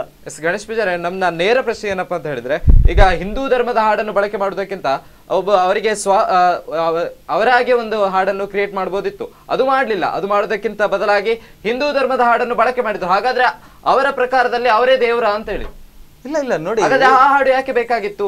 ನೋಡಿ, ನಾನು ಅದೇ ನಿಮ್ಮ ದೇವರು ಹಿಂದೂ ಮತದಾರರನ್ನು ಓಲೈಕೆ ಮಾಡ್ಲಿಕ್ಕೆ ಬೇಕಾಗಿ ಹಿಂದೂ ದೇವರ ಹಾಡನ್ನು ಬಳಕೆ ಮಾಡ್ತಾರೆ. ಅಲ್ಲ ನೋಡಿ, ಅದರಲ್ಲಿ ಅದೊಂದು ರಾಜಕೀಯ. ಈಗ ನಾವು ಏನಾದ್ರೂ ಅಲ್ಲಿ ಅಯ್ಯಪ್ಪನ ಬಗ್ಗೆ ಏನಾದ್ರೂ ಏನಾದ್ರು ಚರ್ಚೆಗಳಾಗಿದ್ರೆ ಅದರ ಬಗ್ಗೆ ಏನಾದ್ರು ಉಲ್ಲೇಖ ಮಾಡಿದ್ರೆ ನಾವು ಅದನ್ನು ಕೇಳಬೇಕಿತ್ತು. ಯಾಕಂದ್ರೆ ಆ ಪದ್ಯದಲ್ಲಿ ಮುಂದುವರಿತಾ ಹೋದಾಗ ಹಾಡನ್ನು ಒಂದು ಎಲ್ಲಾ ಹಿಂದೂಗಳ ಮುಂದೆ ಇಡಿ, ಇದು ಹಿಂದೂಗಳ ಹಾಡು ಅಲ್ಲ ಅಂತ ಎಲ್ಲರೂ ಒಪ್ಪಿಕೊಳ್ಳಿ. ಅಲ್ಲ ನೋಡಿ, ಅದೇ ಹಾಡಿನಲ್ಲಿ ಮುಂದುವರಿತಾ ಹೋದಾಗ ಪಳ್ಳಿ ಕೆಟ್ಟು ಶಬರಿಮಲೆ ಕೇರಳದಲ್ಲಿ ಅಲ್ಲಿ ಪ್ರಸಿದ್ಧಿಯಾದ ಒಂದು ಹಾಡು ಉಂಟು. ಅದೇ ಮುಂದುವರಿತಾ ಹೋದಾಗ ಅದೇ ಹಾಡನ್ನ ಇಲ್ಲಿ ಇದರಲ್ಲಿ ಕನ್ನಡದಲ್ಲಿ ಟ್ಯೂನ್ ಮಾಡಿದ್ದಾರೆ, ಅಲ್ಲಿ ತುಳುವಿನಲ್ಲಿ ಟ್ಯೂನ್ ಮಾಡಿದ್ದಾರೆ. ಆದ್ದರಿಂದ ಅದು ಸರಿ ಅಲ್ಲ ಅಂತ ಹೇಳಿದ್ರೆ ಇವತ್ತೇ ಶಾಸಕರು ಅದಕ್ಕೆ ಒಂದು ಉತ್ತರವನ್ನು ನಾಳೆ ಮಾಧ್ಯಮದ ಮುಖಾಂತರ ಕೊಡ್ತಾರೆ. ಯಾಕಂತ ಹೇಳಿದ್ರೆ ನನ್ನ ಅನುಭವ ಪ್ರಕಾರ ಅಲ್ಲಿ ಎಲ್ಲಿಯೂ ಕೂಡ ಅಯ್ಯಪ್ಪನನ್ನ ಅವರು ಉಪಯೋಗಿಸಲೇ ಇಲ್ಲ. ಆ ಪದ್ಯದ ಉದ್ದಗಲಕ್ಕೂ ಆ ಟ್ಯೂನನ್ನು ಮಾತ್ರ ಉಪಯೋಗ ಮಾಡಿದ್ದಾರೆ. ಅದನ್ನು ಕೂಡ ಧರ್ಮಕ್ಕೆ ತರುವಾಗ ಆಲೋಚನೆ ಮಾಡಿಯೇ ತರಬೇಕು. ಅಲ್ಲಿ ಏನಾದರೂ ಅಯ್ಯಪ್ಪನಿಗೆ ನಿಂದನೆ ಮಾಡಿ ಅಯ್ಯಪ್ಪನ ಕ್ಷೇತ್ರಕ್ಕೆ ಹೋಗೋ ದಾರಿ ಸರಿ ಇಲ್ಲ, ನನ್ನ ಕ್ಷೇತ್ರದ ದಾರಿ ಸರಿ ಇದೆ ಅಂತ ಹೇಳಿದ್ರೆ ಅದು ತಪ್ಪಾಗ್ತದೆ. ಅಂಥದ್ದೇನಾದರೂ ಮಾಡಿದರೆ ಅದನ್ನು ನಾವು ಒಪ್ಪಿಕೊಳ್ಬೇಕು, ಅದನ್ನು ನಾವು ಕ್ಷಮೆ ಕೂಡ ಕೇಳಬೇಕು. ಹಾಗೆ ಅವರು ಹೇಳಿದ್ದೇ ಆಗಿದ್ರೆ ಇವತ್ತೇನ ಅವರ ಅಭಿವೃದ್ಧಿಗೆ ಒಂದು ಟ್ಯೂನನ್ನು ಹಾಕಿ ಅದೇ ದಾಟಿಯ ಹಾಡಿನ ಟ್ಯೂನನ್ನು ಹಾಕಿ ಅಭಿವೃದ್ಧಿಯ ಒಂದು ವಿಷಯವನ್ನು ತಿಳಿಸಿದ್ದಾರೆ ಜನರಿಗೆ. ಆದ್ದರಿಂದ ನಾನು ನನ್ನ ಮಿತ್ರರಿಗೂ ಕೂಡ ಹೇಳುವುದು ಏನಂತ ಹೇಳಿದ್ರೆ, ಅವರು ಕೂಡ ಬಹಳಷ್ಟು ಅನುಭವಗಳಿದ್ದಾರೆ.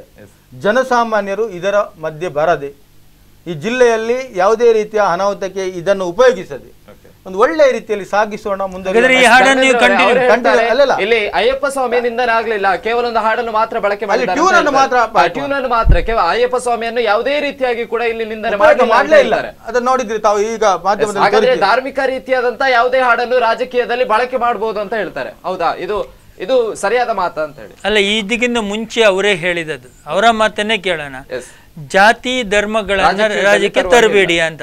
ಇಲ್ಲಿ ದೇವರ ವಿಚಾರ ಬಂದಾಗ ಅದು ಧರ್ಮದ ವಿಚಾರಕ್ಕೆ ತಳಹದಿ. ನಾವು ದೇವರನ್ನು ತಂದಿಲ್ಲಿ ಕುತ್ಕೊಳಿಸ್ತಾ ಇಲ್ಲ, ಬದಲಾಗಿ ಒಂದು ಹಾಡನ್ನು ತಂದ್ರು. ಅಲ್ಲ, ನಾನೇನು ಹೇಳ್ತಾ ಇದ್ದೇನೆ, ಹೌದು ನೀವು ಹೇಳುವಂತದ್ದು ಸರಿ ಇದೆ, ನೀವು ಹೇಳುವಂಥದ್ದು ಸರಿ ಇದೆ, ನಾವು ಒಪ್ಕೊಳ್ಳೋಣ. ಟ್ಯೂನಲ್ಲಿ ಏನಾಗುತ್ತೆ ಅಂತೇಳಿ, ಟ್ಯೂನಲ್ಲಿ ಬೇಕಾದಷ್ಟು ಆಗುತ್ತೆ, ಜನರ ಭಾವನೆಗಳಿಗೆ ಪ್ರಚೋದನೆ ಆಗುತ್ತೆ, ದೇವರ ಹೆಸರಲ್ಲಿ ವಿಡಂಬನೆ ಆಗುತ್ತೆ. ಇಲ್ಲಿ ಚುನಾವಣೆ ಬೇರೆ ಬೇರೆ ಸಮಯದಲ್ಲಿ ಇದಿಷ್ಟು ಇದಾಗುದಿಲ್ಲ. ಇವತ್ತು ಇವರು ಇನ್ನು ವಿರೋಧ ಬಿಜೆಪಿ ಅವರಿಗೊಂದು ಅಸ್ತ್ರವನ್ನ ಕೈಯಲ್ಲಿ ಕೊಟ್ಟರು. ಸ್ವಾಮಿ ಬೆಳೆಯಲಿಕ್ಕೆ ಹೆಚ್ಚು ಒತ್ತಿಲ್ಲ, ಒಂದು ಸಂಘರ್ಷಗಳಿಂದ ಇಡೀ ಜಿಲ್ಲೆ ಒತ್ತಿ ಉರಿಯುತ್ತದೆ, ಇನ್ನೊಂದು ಸಂಘರ್ಷಕ್ಕೆ ದಾರಿ ಆಗ್ತೀರಾ ನೀವು. ಹಾಗಾದ್ರೆ ನಾನು ಕೇಳೋದು, ಒಬ್ಬ ಜವಾಬ್ದಾರಿತ ಶಾಸಕ ಈ ತರದ ಹಾಡನ್ನು ಉಪಯೋಗ ಮಾಡಿಕೊಳ್ಳುವ ಮುಂಚೆ 1000 ಸಲ ಆಲೋಚನೆ ಮಾಡಬೇಕು. ಸ್ವಾಮಿ ಇದರಿಂದ ಏನಾಗುತ್ತೆ? ಆದ್ರೆ ಅವರು ಕ್ಷಮೆ ಕೇಳಬೇಕಿತ್ತು, ಕ್ಷಮೆ ಕೇಳಲಿಲ್ಲ. ಅಲ್ಲ, ಅವರು ಮಾಧ್ಯಮದಲ್ಲಿ ಅದಕ್ಕೆ ಸರಿಯಾದ ಉತ್ತರವನ್ನು ಕೊಡ್ತಾರೆ ನೋಡಿ. ಅಲ್ಲ, ಯಾವಾಗ ಕೊಡ್ತಾರೆ? ಜಿಲ್ಲೆ ಉತ್ತು ಹುರಿದ ನಂತರ ಕೊಡ್ತೀರಾ? ಇವತ್ತೇ ಕೊಡ್ತಾರೆ. ನಮ್ಗೆ ಕೂಡ ಗೊತ್ತಾದದ್ದು ಈಗ ತಾನೆ, ಅದು ನಮ್ಗೆ ಕೂಡ ಗೊತ್ತಿಲ್ಲ. ತಾವು ದಯಮಾಡಿ ಎಲ್ಲರೂ ಕೂಡ ನನ್ನ ಎಲ್ಲ ಹಿಂದೂ ಮಿತ್ರರಾಗಿರ್ಬೋದು, ಮುಸಲ್ಮಾನ್ ಮಿತ್ರರಾಗಿರ್ಬೋದು, ಯಾರು ಕೂಡ ಇದರಲ್ಲಿ ತಲೆ ಕೆಡಿಸಬೇಡಿ. ಅದು ತಪ್ಪು ಅಂತ ಆಗಿದ್ದರೆ ಅದನ್ನು ತಕ್ಷಣವೇ ಮುಂಚೆ ಕಾರ್ಯಕ್ರಮದಲ್ಲಿ ಒಂದು ಚಿಕ್ಕದೊಂದು ವಿರಾಮ. ಅನ್ಯ ಧರ್ಮದ ನಿಂದನೆ ಅನ್ನುವಂಥ ವಿಶೇಷ ಕಾರ್ಯಕ್ರಮದಲ್ಲಿ ಚಿಕ್ಕದೊಂದು ಬ್ರೇಕ್.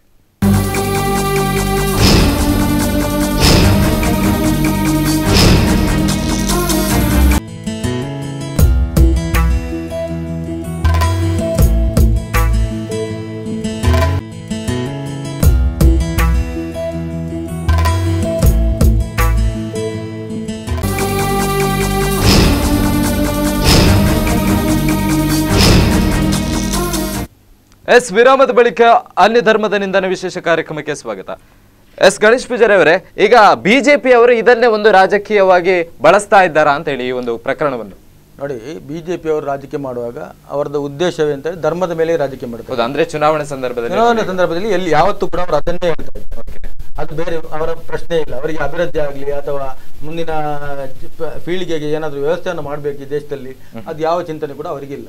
ಇವತ್ತು ನಮ್ಮ ದೇಶದಲ್ಲಿ ನೋಡುವಾಗ ಈ ವಾತಾವರಣದ ಈ ವ್ಯವಸ್ಥೆ ಎಷ್ಟರ ಮಟ್ಟಿಗೆ ಮುಟ್ಟಿದೆ ಅಂತ ಹೇಳಿದ್ರೆ, ಇವತ್ತು ನಮ್ಮ ಮಂಗಳೂರಿನ ಸೆಲ್ಸಿಯಸ್ 40ಯಿಂದ 43ವರೆಗೆ ಬಂದು ಮುಟ್ಟಿದೆ. ನೀರಿನ ವ್ಯವಸ್ಥೆ ಬರಗಾಲಕ್ಕೆ ಬರತಕ್ಕಂಥ ಪರಿಸ್ಥಿತಿಯಲ್ಲಿ ನಾವಿದ್ದೇವೆ. ಇದಕ್ಕೆ ಇವತ್ತು ಆಡಳಿತ ಮಾಡತಕ್ಕಂಥ ಕೇಂದ್ರ ಸರ್ಕಾರ ಬಂದು ರಾಜ್ಯದ ಎಲ್ಲ ಜವಾಬ್ದಾರಿಯನ್ನು ಸರಿಯಾಗಿ ಉಪಯೋಗಿಸಬೇಕಂತ ಸಂದರ್ಭಗಳು. ಅದನ್ನು ಬಿಟ್ಟು ನಾವು ಧರ್ಮದ ಬಗ್ಗೆ ಮಾತಾಡ್ತಾ ಮುಂದಿನ ಬದುಕಿದ ಧರ್ಮಕ್ಕೆ ನೀರು, ಉಣುವುದಕ್ಕೆ ಅನ್ನ, ಇದು ಕೂಡ ಸಿಗದಂಥ ಪರಿಸ್ಥಿತಿಯಲ್ಲಿ ಈ ದೇಶದಲ್ಲಿ ಆಗುವಂಥ ವ್ಯವಸ್ಥೆಗಳು ಆಗ್ತಾ ಇದೆ. ಅದನ್ನು ನಾವು ಈಗಲೇ ಪರಿಶೀಲನೆ ಮಾಡಿ ಅದಕ್ಕೆ ಸರಿಯಾದಂಥದ್ದೊಂದು ಜವಾಬ್ದಾರಿಯುತವಾದ ವ್ಯವಸ್ಥೆಯನ್ನು ಮಾಡಿದಾಗ ಮುಂದಿನ ಪೀಳಿಗೆ, ಯಾವ ಧರ್ಮದ ಬದುಕಿದ ಪೀಳಿಗೆಗೆ ಒಂದೊತ್ತಿನ ಅನ್ನ ಮತ್ತು ಒಂದೊತ್ತಿನ ನೀರು ಕೂಡ ಸಿಗ್ಬೋದು ಅಂತ ನನ್ನದೊಂದು ಅನಿಸಿಕೆ. ಅದರ ಬಗ್ಗೆ ಜಾಸ್ತಿಯಾಗಿ ನಾವೆಲ್ಲರೂ, ರಾಜಕಾರಣಿ ಆಗಿರ್ಬೋದು, ಸಾಮಾಜಿಕ ಕಾರ್ಯಕರ್ತನಾಗಿರ್ಬೋದು, ಅಥವಾ ಸಮಾಜದ ಚಿಂತಕರಾಗಿರ್ತಕ್ಕಂಥ ನಾವು ಮಧ್ಯಮ ಪ್ರಜೆಗಳಾಗಿರ್ತಕ್ಕಂಥ ನಾವೆಲ್ಲರೂ ಆ ಜವಾಬ್ದಾರಿಯನ್ನು ತೆಗೆದುಕೊಂಡಾಗ ಈ ದೇಶದಲ್ಲಿ ಯಾವುದೇ ರೀತಿಯ ಸಂಘರ್ಷಗಳು, ಘರ್ಷಣೆಗಳು ಬರುವುದಿಲ್ಲ.